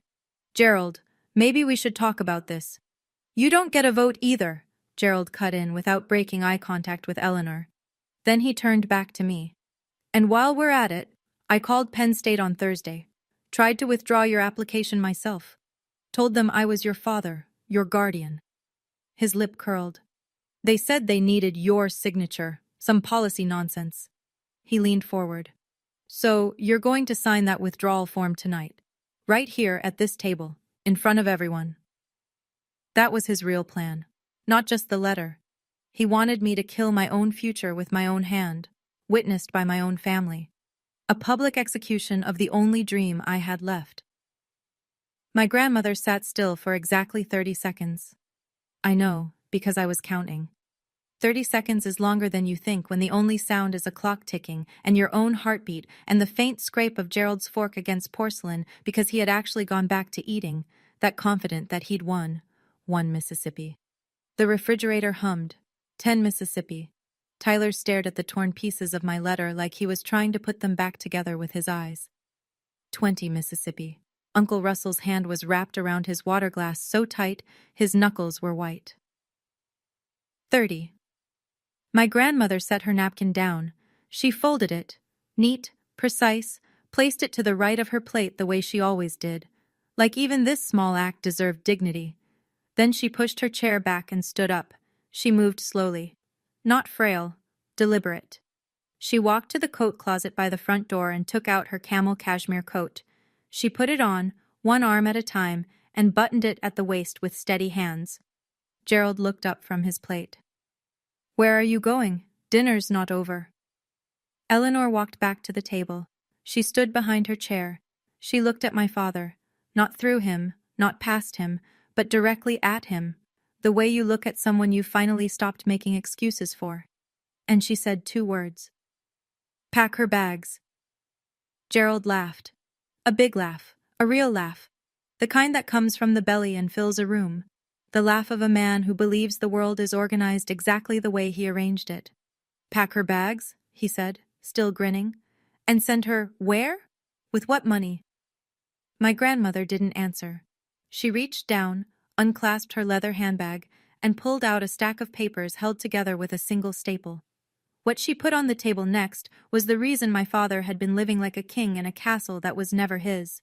It was a deed, a property deed, notarized, stamped, filed with the county recorder's office, every line crisp, every signature verified, and at the top, in black ink that 22 years hadn't faded, one name, Eleanor M. Leland, sole owner, not Gerald and Eleanor, not the Leland Family Trust, just her.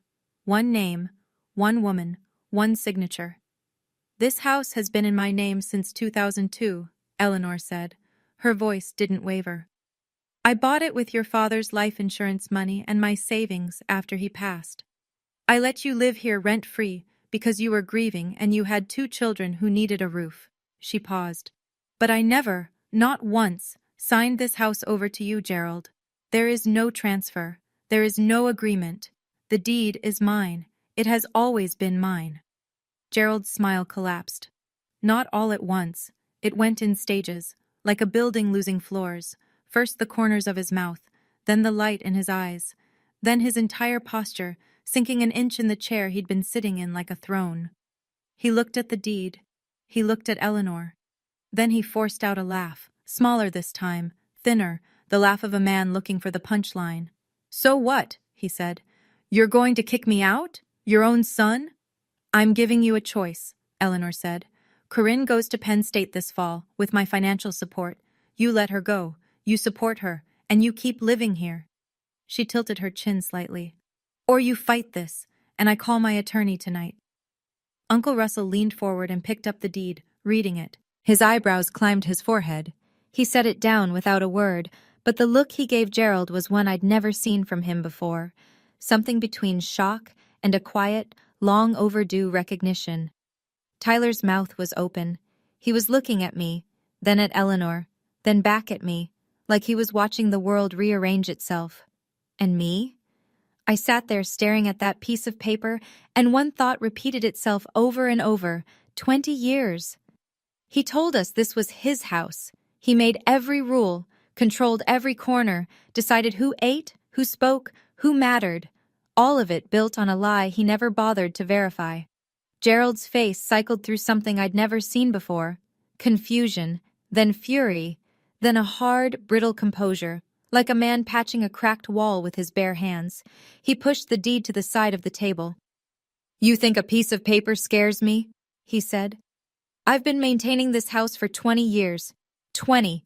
I paid the electric, the water, the gas. I fixed the roof when it leaked. I replaced the furnace in 2019.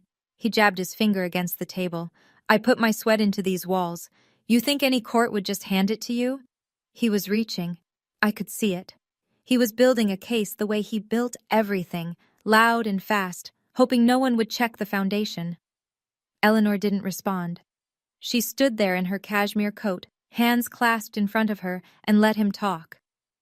"And even if the house is yours, Ma," Gerald spread his hands wide like he was being reasonable, like this was all just a misunderstanding between adults. "I'll fight it. I'll get a lawyer. You really want to drag your own family to court?" That was his card. Guilt. The same tool he'd used on me for 9 years, on my mother before that, probably on Eleanor before that. The threat wasn't legal, it was emotional. "You'll be the one who broke this family." Then he turned to me. His voice dropped, low, almost gentle, the way a trap sounds when it's being set. "Tell your grandmother to stop this circus, Corinne. You know this is your home. You want to destroy this family over a school?" He wanted me to choose, family or future, loyalty or freedom. The same impossible choice he'd been forcing on every woman in his life for as long as I could remember. My grandmother didn't argue. She didn't raise her voice. She reached into her handbag again. It was a flip phone. Old, silver, small, almost identical to the one Gerald had given me, the one he tracked and monitored. But Eleanor's was hers, paid for with her own money, listed under her own name. She pressed one button. Speed dial. The kitchen was so quiet I could hear the tinny ringing through the speaker. 1 ring, 2 rings, then a click. "Hello, David? It's Eleanor Leland." Her voice was conversational, almost pleasant, like she was confirming a lunch reservation. "I need you to begin the process we discussed. Yes. The 30-day notice." A pause. "Yes. Tonight." Another pause. "Thank you, David." I appreciate it. 40 seconds. She closed the phone and slipped it back into her handbag. Gerald stared at her. The laugh was gone. The bluster was gone. What was left was something rawer. The look of a man hearing a sound he can't identify in the dark. "You're bluffing," he said, but his voice cracked on the second word. "Gerald," Eleanor said, and for the first time, I heard something almost like sadness in her tone. Not for herself, but for him, for the version of her son she'd spent 20 years hoping would show up. "I have never bluffed a day in my life. You have 30 days, or you let Corinne go to college." She picked up her handbag. "Choose." "Let me explain something." David Mercer was Eleanor's real estate attorney. She hadn't called him on impulse. She'd consulted him 2 weeks earlier, right after Gerald had ripped up the first piece of mail from Penn State, an orientation packet, right in front of me at breakfast without a second thought. That was when Eleanor began preparing the paperwork. The eviction documents were already drafted. She was just waiting for Gerald to cross the last line. He crossed it with confetti on a dinner plate. Eleanor walked to the front door, then stopped. She turned back. Not to Gerald, but to me. "Pack a bag, honey. You're coming home with me tonight." I stood up. Not fast, not dramatic, just up. The way you stand when you've decided something and your body finally agrees. "Sit down," Gerald said. His chair scraped back. He was on his feet now, too, one hand flat on the table, the other pointing at me. "You're not going anywhere." I looked at my father. Not at his hand, not at the floor, at him. And for the first time in 9 years, I didn't drop my eyes. "I've been sitting down for 9 years, Dad. I'm done." His mouth opened, but nothing came out. I genuinely think, it was the first time anyone in that house had said no to him and meant it. I walked upstairs. My room was small, the smallest bedroom, the one with the window that didn't lock properly, and the ceiling stain shaped like a boot. My backpack, a faded JanSport I'd had since freshman year, was already half-packed. Mrs. Horner had told me months ago to keep a go-bag ready. "Just in case," she'd said. At the time, I thought she was being dramatic. She wasn't. I grabbed it. Clothes, toothbrush, the SAT prep book, my journal. Then I reached into my biology textbook and pulled out the photo of my mother at the county fair. Cotton candy, laughter, a version of my life that cancer and Gerald had erased. I slipped it into my jacket pocket, against my heart. Tyler was standing in the hallway, 14 years old, still in his baseball jersey, his eyes red. "Corinne." I pulled him into a hug. He was almost my height now. "I'm not leaving you," I said into his hair. "I'm just leaving this."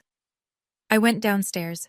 Gerald stood at the bottom of the staircase blocking the door. "If you walk out that door," he said, and his voice was shaking now, "don't come back." I walked past him. He didn't move to stop me. I think some part of him knew, had maybe always known, that the only thing keeping me there was the lock, and the lock had just been changed. Eleanor had the car running, headlights on, engine humming, the passenger door already open.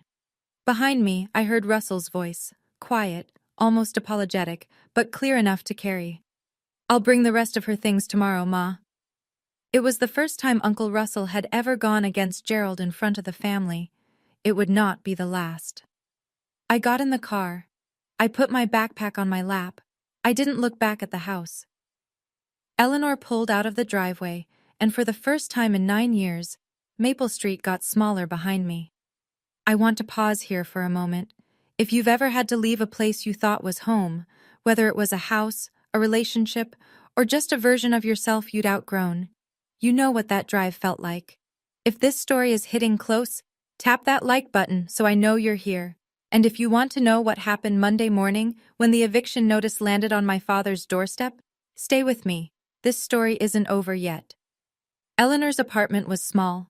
1 bedroom, 1 bathroom, a kitchen with a window that overlooked the parking lot of a laundromat. It smelled like lavender and lemon dish soap and something warm I couldn't name but recognized. Safety, maybe. The absence of eggshells. She gave me the bed. I told her I'd take the couch. She told me she wasn't asking.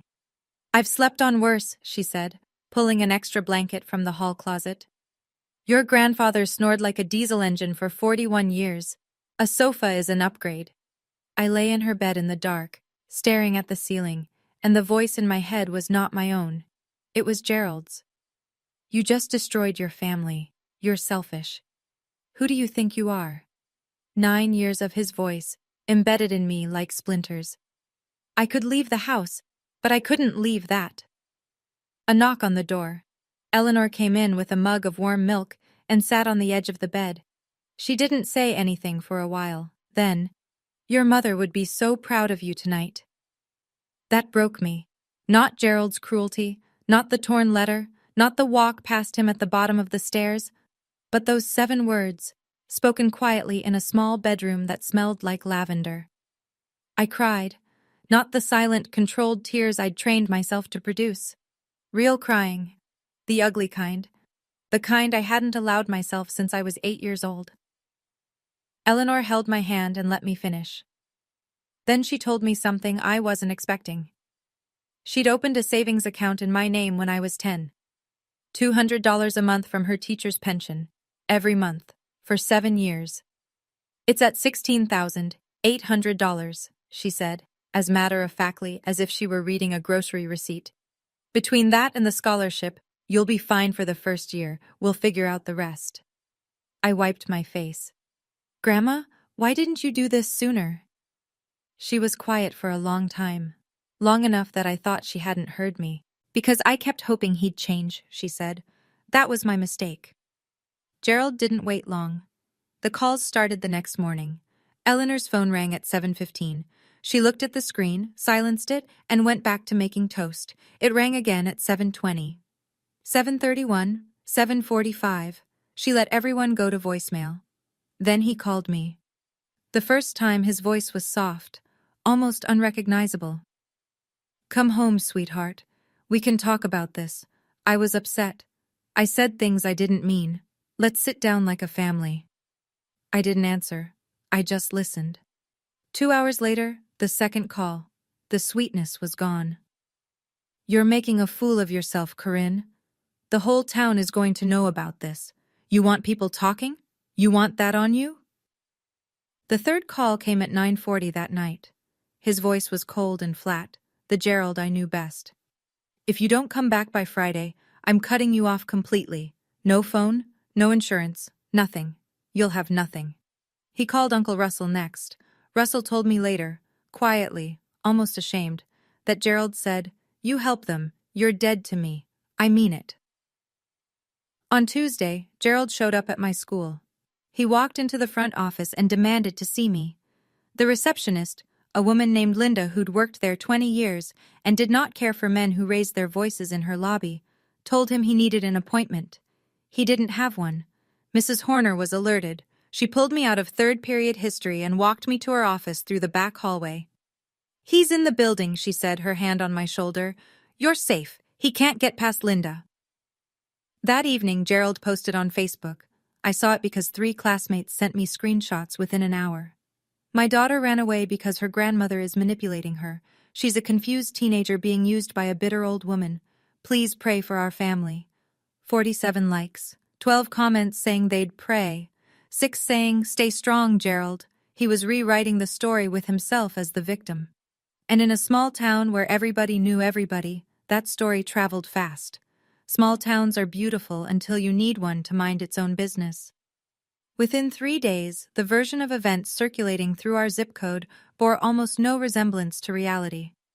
Eleanor was the villain, a controlling grandmother overstepping boundaries, turning a teenage girl against her loving, hard-working father.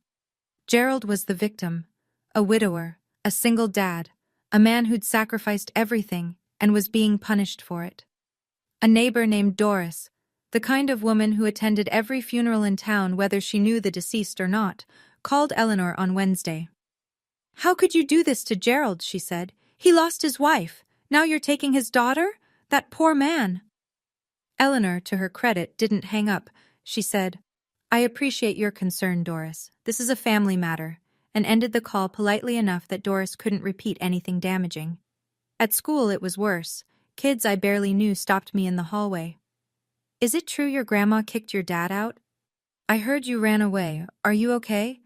One girl from my English class said, loud enough for everyone to hear. My mom says your dad is heartbroken. I smiled. I nodded. I kept walking. But each comment was a small cut, and by Thursday afternoon, I had enough cuts to bleed. Gerald knew exactly what he was doing. He texted me screenshots of the Facebook comments, the sympathy, the prayers, the outrage on his behalf. Then one line, "See? Everyone knows what you're doing is wrong." And for one terrible moment, sitting in Mrs. Horner's office with the door closed and my backpack at my feet, I believed him.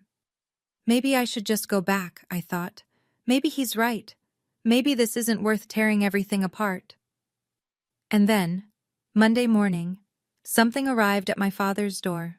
The process server was a man named Phil who drove a gray Honda Civic and had the emotional range of a filing cabinet. He knocked at 8:15 in the morning. Gerald opened the door in his work boots and undershirt, a mug of coffee in his hand, coffee he'd made himself for the first time in over a week, badly, according to Tyler. Phil handed him the envelope. Gerald signed. Phil left. Inside, a 30-day notice to quit, issued pursuant to 68 Pennsylvania Consolidated Statutes, Section 250.501. Property address, 114 Maple Street. Owner, Eleanor M. Leland. Occupant, Gerald R. Leland. The notice informed Gerald that he had 30 days to vacate the premises or face a formal eviction action filed with the Magisterial District Court. It was real. It was legal. It was happening. Gerald called Eleanor immediately. I know because I was sitting at her kitchen table eating cereal when her phone rang and she put it on speaker. "You can't do this to your own son!" His voice came through distorted, the way sound warps when someone is screaming into a small microphone. "I gave you a choice, Gerald," Eleanor said. She was holding her coffee with both hands, looking out the window at the laundromat parking lot. "You made yours." She hung up. Gerald went looking for a lawyer. In a town our size, the options were limited. The first attorney he called, a woman named Janet Polk, declined. Conflict of interest. She'd already consulted with Eleanor on a separate matter years ago. The second lawyer, a man 2 towns over, agreed to review the case. After looking at the deed, the tax records, and the complete absence of any lease or written agreement, he told Gerald the truth. If the deed's in her name and there's no lease, you're a month-to-month tenant at best. She has every right to do this. That same evening, Tyler called me from his friend's phone. His voice was small and careful, the way you talk when someone is sleeping in the next room. "Dad hasn't cooked once since you left," he whispered. "He doesn't know where the plates are." That night, Eleanor and I sat on her sofa with mugs of chamomile tea, and she told me the truth. The whole truth. The version she'd been carrying for decades. "Your grandfather," she began, and stopped. She took a sip, started again. "Harold was a good provider. People liked him, but behind our front door, he was a different man.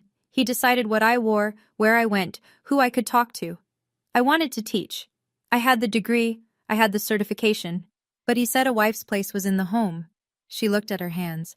"I lost 15 years waiting for him to change his mind." She didn't teach until Harold died.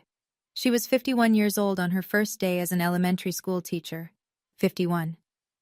When I saw Gerald doing the same thing to Diane, I thought I was watching a rerun of my own life. Eleanor set her mug down. "I told your mother to leave," she said. "I can't. He'll take the kids." Eleanor's voice thinned. She was right, probably. And then she got sick, and it didn't matter anymore. "The house." She explained it plainly. After Harold died, his life insurance paid out. Not a fortune, but enough. Eleanor combined it with her teaching savings and bought the house on Maple Street outright in 2002. Gerald had just lost Diane. Tyler was 5, I was 8. He needed stability, and she gave it to him, rent-free, no questions asked. But she never transferred the deed. "I told myself it was because the paperwork was complicated," she said. "That was a lie. The truth is, I knew. I knew who Gerald was becoming, and I kept that deed because somewhere in the back of my mind, I believed that one day I might need it." She was right. It just took 20 years. She reached under the sofa cushion and pulled out a manila folder. Property tax records, every year, all 22 of them. Her name on every receipt. A printout of an email from David Mercer confirming the title was clear. Then she said something that made the room go very still. "There's one more thing. Your mother left you a letter." I asked about the letter. Eleanor shook her head. "Not yet, sweetheart. When you're ready." I wanted to argue, but something in her face told me she'd been guarding that letter for 9 years, and she wasn't going to hand it over at 11 o'clock on a Tuesday. She'd know the right moment. She always did. So instead, we prepared. David Mercer's office was above a hardware store on Main Street. He was a calm, gray-haired man in his 60s who spoke in complete sentences and kept a framed photo of his golden retriever on his desk. Not the kind of lawyer you see on television, the kind you actually need. He walked us through everything. The deed was unambiguous. Eleanor was the sole legal owner. Gerald had no lease, no rental agreement, no written promise of any kind. Under Pennsylvania law, he was what's called a tenant at will, someone occupying property with the owner's permission, which the owner could revoke with proper notice. "The 30-day notice has been served," David said. "If he doesn't vacate, we file for eviction with the Magisterial District Court. A hearing will be scheduled within 10 days of filing." He looked at me. "How old are you, Corinne?" 17. I turn 18 in July." He nodded. "Your grandmother can serve as your financial sponsor for Penn State. Once you're 18, your options expand further." Mrs. Horner, meanwhile, had been working the other side. She contacted Penn State's admissions office to confirm my acceptance was still active. Gerald hadn't managed to withdraw it because they required my signature, which he didn't have. The financial aid office walked us through the numbers. Eleanor's savings plus the scholarship covered year 1, with room to apply for additional aid. Mrs. Horner helped me file a FAFSA with a dependency override, supported by a letter she wrote herself documenting my home situation. For the first time, my future wasn't a dream someone could tear up at a dinner table. It was a file, a folder, signatures, stamps, and numbers that added up. For the first time, I wasn't asking for permission. I was filing paperwork. Gerald did not go quietly. He found a lawyer, a man named Craig Weiss from a town 40 minutes away, the kind of attorney who took cases on contingency and asked questions later. Within a week, Weiss filed a response to the eviction. Gerald claimed adverse possession and cited a verbal agreement in which Eleanor had allegedly promised to transfer the house upon his retirement. There was no such agreement. Eleanor told David Mercer this with the same calm she applied to everything. "I never said that.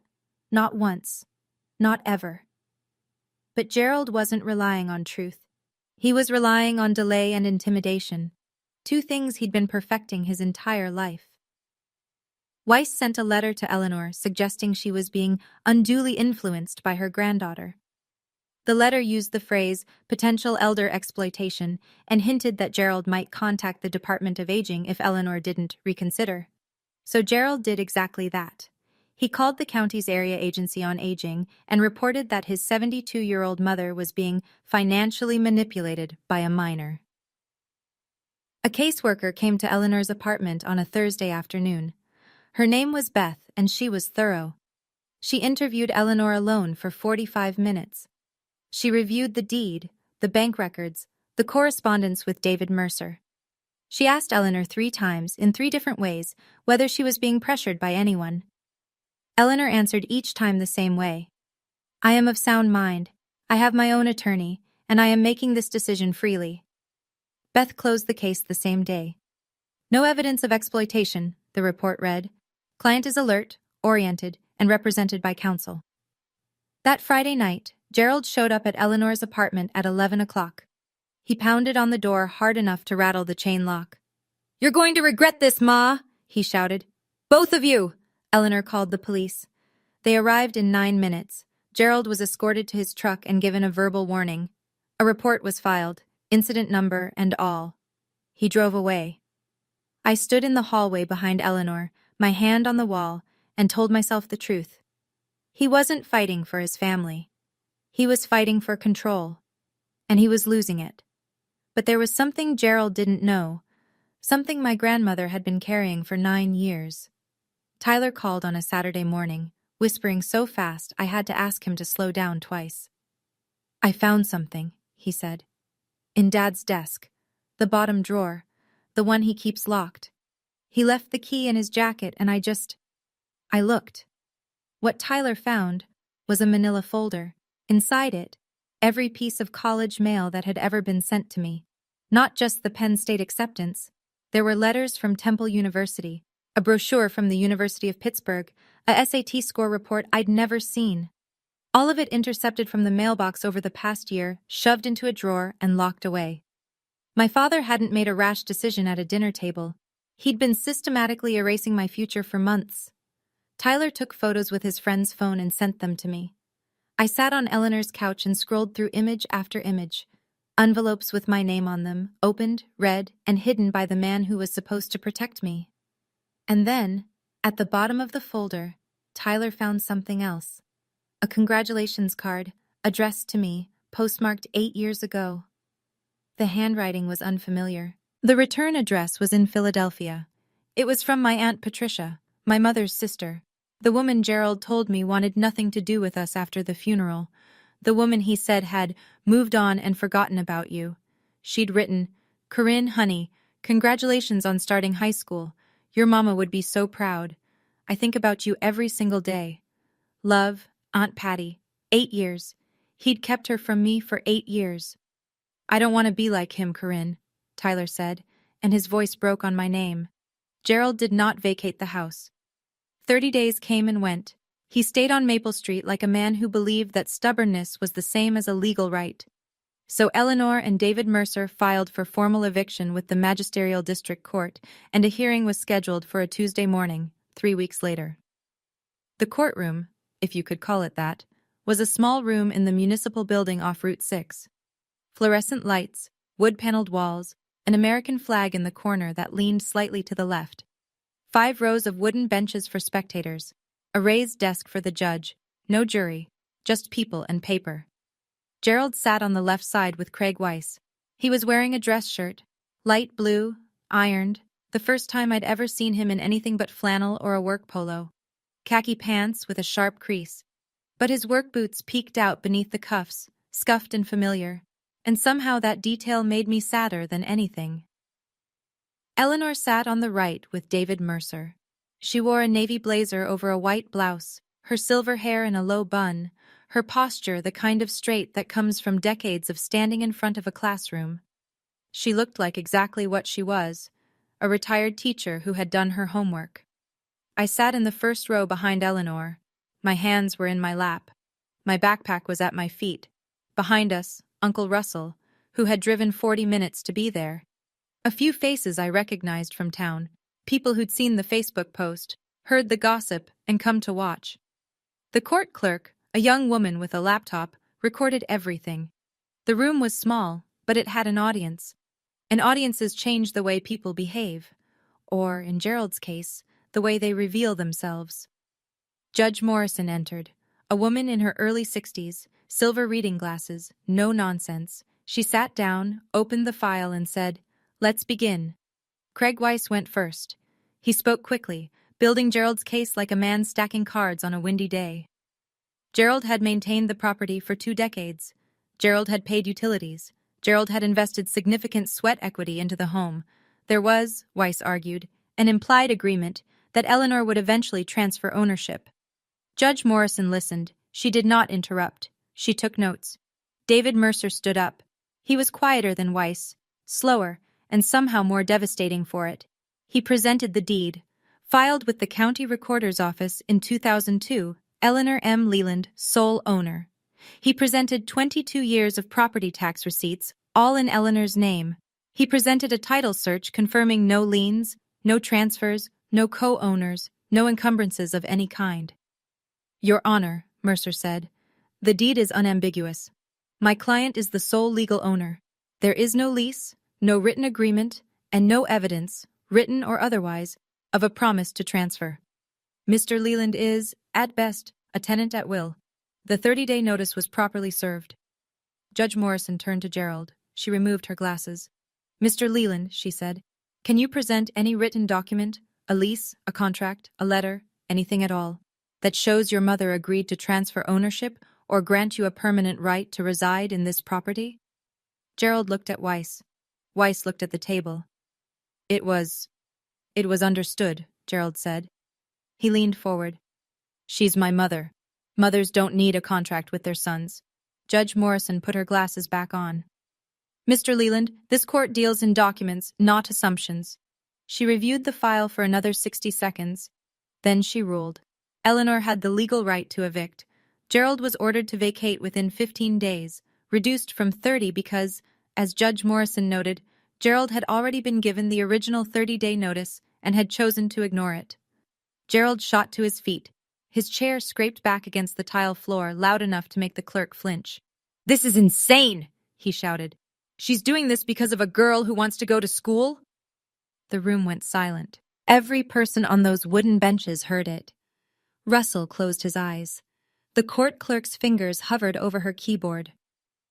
Judge Morrison stared at Gerald over her glasses for a full 3 seconds before saying, "Sit down, Mr. Leland." He sat, but the words were already out. And every person in that room understood exactly what kind of man was saying them. Did you hear what my father just said? In a courtroom, in front of a judge, in front of witnesses. Because of a girl who wants to go to school. A girl. Wanting to learn. That was the emergency. If that sentence hit you the way it hit me, drop a comment below. I read every single one. And if you're in the middle of your own fight right now, you're not alone. Subscribe and come with me to the end. The next part is the part I'll never forget. The courthouse parking lot was half empty and too bright. One of those crisp fall mornings where the sun hits the asphalt at an angle that makes everything look overexposed, like a photograph with the contrast turned up too high. Gerald stood next to his truck, a rusted F-150 with a cracked taillight and a faded bumper sticker that read "Support Local Plumbers." He had his keys in his hand, but he wasn't moving. He was looking at Eleanor and me as we came down the steps, David Mercer holding the door behind us. "You took everything from me," Gerald said. His voice was different, not loud, not mean, just hollow. A man standing in the rubble of something he'd built, not understanding that the foundation had never been his. Eleanor stopped on the bottom step. She looked at her son, her only son, and I saw something move across her face that I'd never seen before. Not anger, not satisfaction. Something heavier. The weight of a woman who knew she was right, and wished she didn't have to be. "I didn't take anything, Gerald," she said. "I just stopped giving." Russell walked up beside Gerald and put a hand on his shoulder. Gerald flinched but didn't pull away. "You can stay with me," Russell said, "as long as you need, but you need to let Corinne go." Gerald didn't answer. He opened his truck door, got in, and drove off. No goodbye, no last word. Just the engine and the gravel and the shrinking red of his taillights. I watched him go. I waited to feel something triumphant, some rush of justice, some cinematic swell. It didn't come. What came instead was quieter. Not joy, not sadness, just space. A vast unfamiliar openness where his voice used to be. On the drive home, my phone buzzed, a number I didn't recognize. "Corinne? It's your Aunt Patty. Tyler found my card and called me. I've been trying to reach you for 8 years." I called her back from Eleanor's kitchen, sitting on the counter with my feet dangling, the phone pressed so hard against my ear I could feel my pulse in my cheekbone. Patricia's voice was warm and cracked at the edges, like a mug you loved too much to throw away. She told me everything. She'd sent letters, birthday cards, Christmas packages, every year, for 8 years. Gerald told her, once, on the phone, in a tone she said she'd never forget, that Corinne and Tyler don't want to hear from you, and that she should respect the family's wishes. Then he blocked her number. She told me she'd contacted a lawyer once about visitation rights, but since she wasn't a legal guardian, and Gerald wasn't technically denying access, just intercepting. There wasn't much she could do without proof. "I never stopped thinking about you," she said. "Not one day." Patricia lived in Philadelphia. She was a registered nurse at a hospital downtown, a nurse, the same career my mother had wanted and Gerald had crushed before it started. The coincidence sat in my chest like a stone. "Your mom talked about you constantly," Patricia said. "She wanted you to have everything she couldn't. She used to say, 'Corinne's going to be the one who makes it out.'" I was crying again, freely this time. No swallowing, no hiding, no watching the door. Come visit before school starts, Patricia said. Philly's only 3 hours from Penn State. You'll have family close. Family. The word felt different now, not a chain, but a net. The night before I left for Penn State orientation, Eleanor sat me down on the edge of her bed. She was holding a small wooden box, cedar, no bigger than a shoebox, with a brass clasp that had gone green with time. I was waiting for the right moment, she said. I think this is it. She opened the box and handed me an envelope. It was cream-colored, soft at the edges from years of being held and put back, held and put back. My mother's handwriting on the front. Round letters, careful, the kind of penmanship that belongs to someone who was taught by nuns.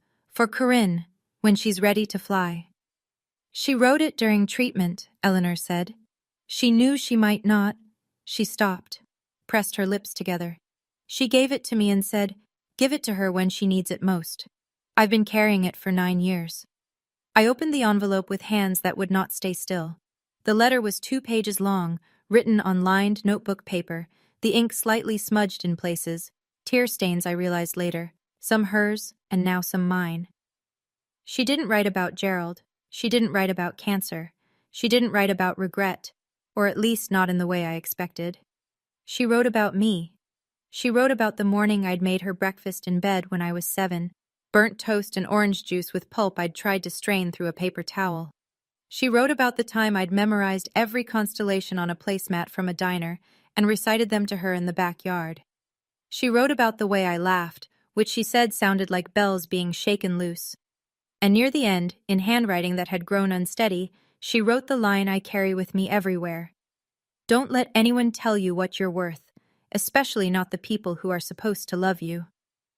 I read the letter 3 times, the first time through tears, the second time through something deeper, the third time because I wanted to hear her voice, and this was the closest I would ever get. Eleanor was crying too. Quietly, the way the women in my family had always cried, like sound was something we'd been taught to ration. She asked me to wait until you were ready to fly, Eleanor said. I think you're ready. I held the letter against my chest and breathed, and for the first time the ache of missing my mother didn't feel like a wound. It felt like a compass. Let me tell you what happened next, because the numbers matter. Numbers don't lie, and they don't change their story when someone starts crying. Gerald vacated the house on Maple Street 8 days before the court-ordered deadline. He moved into a 1-bedroom apartment above a dry cleaner on the other side of town. $750 a month, the cheapest he could find. He'd been living rent-free for 20 years in a house valued at approximately $185,000. The math on what that cost him to lose is the kind of calculation that keeps a man awake at 3 in the morning. He still had his plumbing job. He still had his truck. But the thing he'd lost, the kingdom, the throne, the illusion of authority built on a piece of paper that was never his, that couldn't be replaced with overtime. Eleanor kept the house. She didn't move back in. Instead, she rented it to a young family, a couple with 2 kids and a dog, for $1,200 a month. That income went directly into a second account earmarked for my education, tuition for year 2 and beyond. Tyler stayed with Uncle Russell during the school year. It wasn't ideal, but Russell was steady, and he'd finally stopped being afraid of his brother. Tyler started seeing a counselor at school, not because anyone forced him, but because he asked. The town gossip machine, which had once churned in Gerald's favor, slowly reversed. People found out the truth in pieces, the deed, the eviction, the intercepted mail, the Facebook performance. Nobody apologized to Eleanor. Small towns don't do that. But the invitations to Gerald's side of the narrative quietly stopped, and Doris the neighbor was seen bringing Eleanor a casserole on a Thursday afternoon without explanation. He didn't lose his daughter because I left. He lost his daughter the night he ripped up that letter. 2 months into my first semester, my phone rang at 8:15 on a Wednesday evening. I was in my dorm room, textbooks spread across my bed, a half-eaten bag of pretzels on the nightstand. The number was Gerald's. I almost didn't answer, but something in me, not forgiveness, not obligation, something I still don't have a word for, made me pick up. I saw your name on the dean's list, he said. His voice was quieter than I'd ever heard it, smaller, like it was coming from a room that had gotten too big for one person. I looked it up online. Your mother, she would have liked that.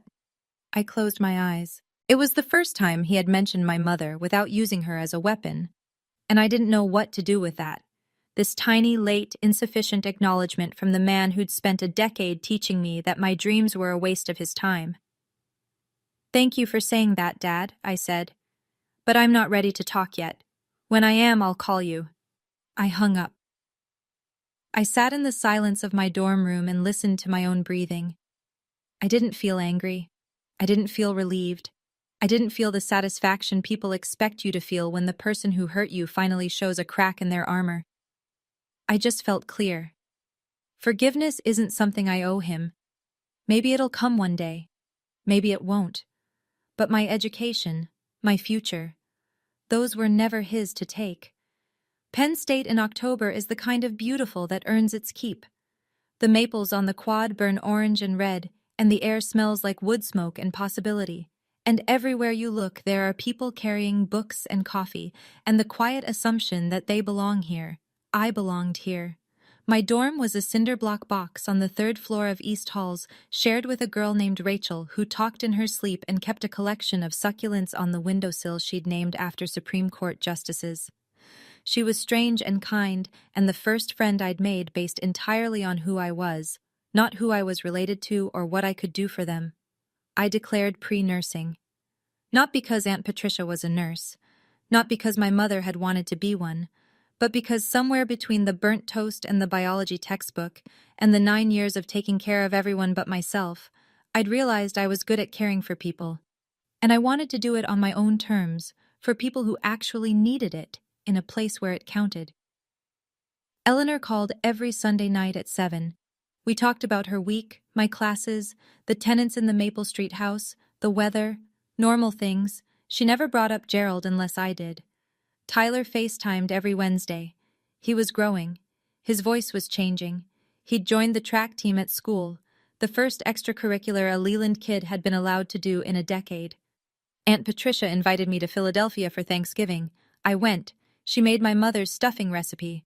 I didn't cry. I just ate 2 helpings and asked for the recipe, and Patricia smiled like I'd given her something she'd been waiting years to receive. On my desk in the dorm, between a second-hand laptop and a stack of anatomy flashcards, I kept 2 things: the photo of my mother at the county fair and her letter, pressed flat inside a clear plastic sleeve so the ink wouldn't fade. Nobody here told me I can't, and that still felt new. I'm not going to stand here and tell you what to do with your life. I'm 20 years old. I'm still figuring out my own. But I can tell you what I learned.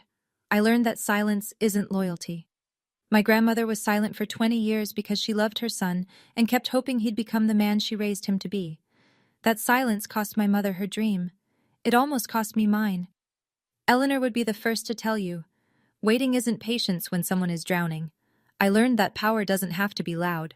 My father shouted, he slammed, he controlled every room he walked into by making everyone afraid to breathe wrong. My grandmother sat quietly at the end of a dinner table and changed my entire life with a deed, a phone call, and 6 words: pack her bags and choose. She didn't save me with magic. She saved me with paperwork and patience. And I learned that leaving isn't the same as giving up. I didn't abandon my family when I walked out of that house with a JanSport backpack and a photo in my pocket. I left a system that was designed to keep me small, and the moment I stepped outside, I started growing. If you're in a house where your dreams get torn up at the dinner table, I hope you find your Eleanor. Or maybe you are someone's Eleanor. And if you are, don't wait as long as she did. That's my story. Thank you for staying until the end. It means more than you know. If this reached you, hit that like button and subscribe. Turn on notifications so you don't miss the next one. I want to hear your story. Drop it in the comments or send me a message. Every story matters, especially the ones that almost didn't get told. And if you want to hear another one, check the link in the description. There's a story there that's been waiting for you. I'll see you in the next one.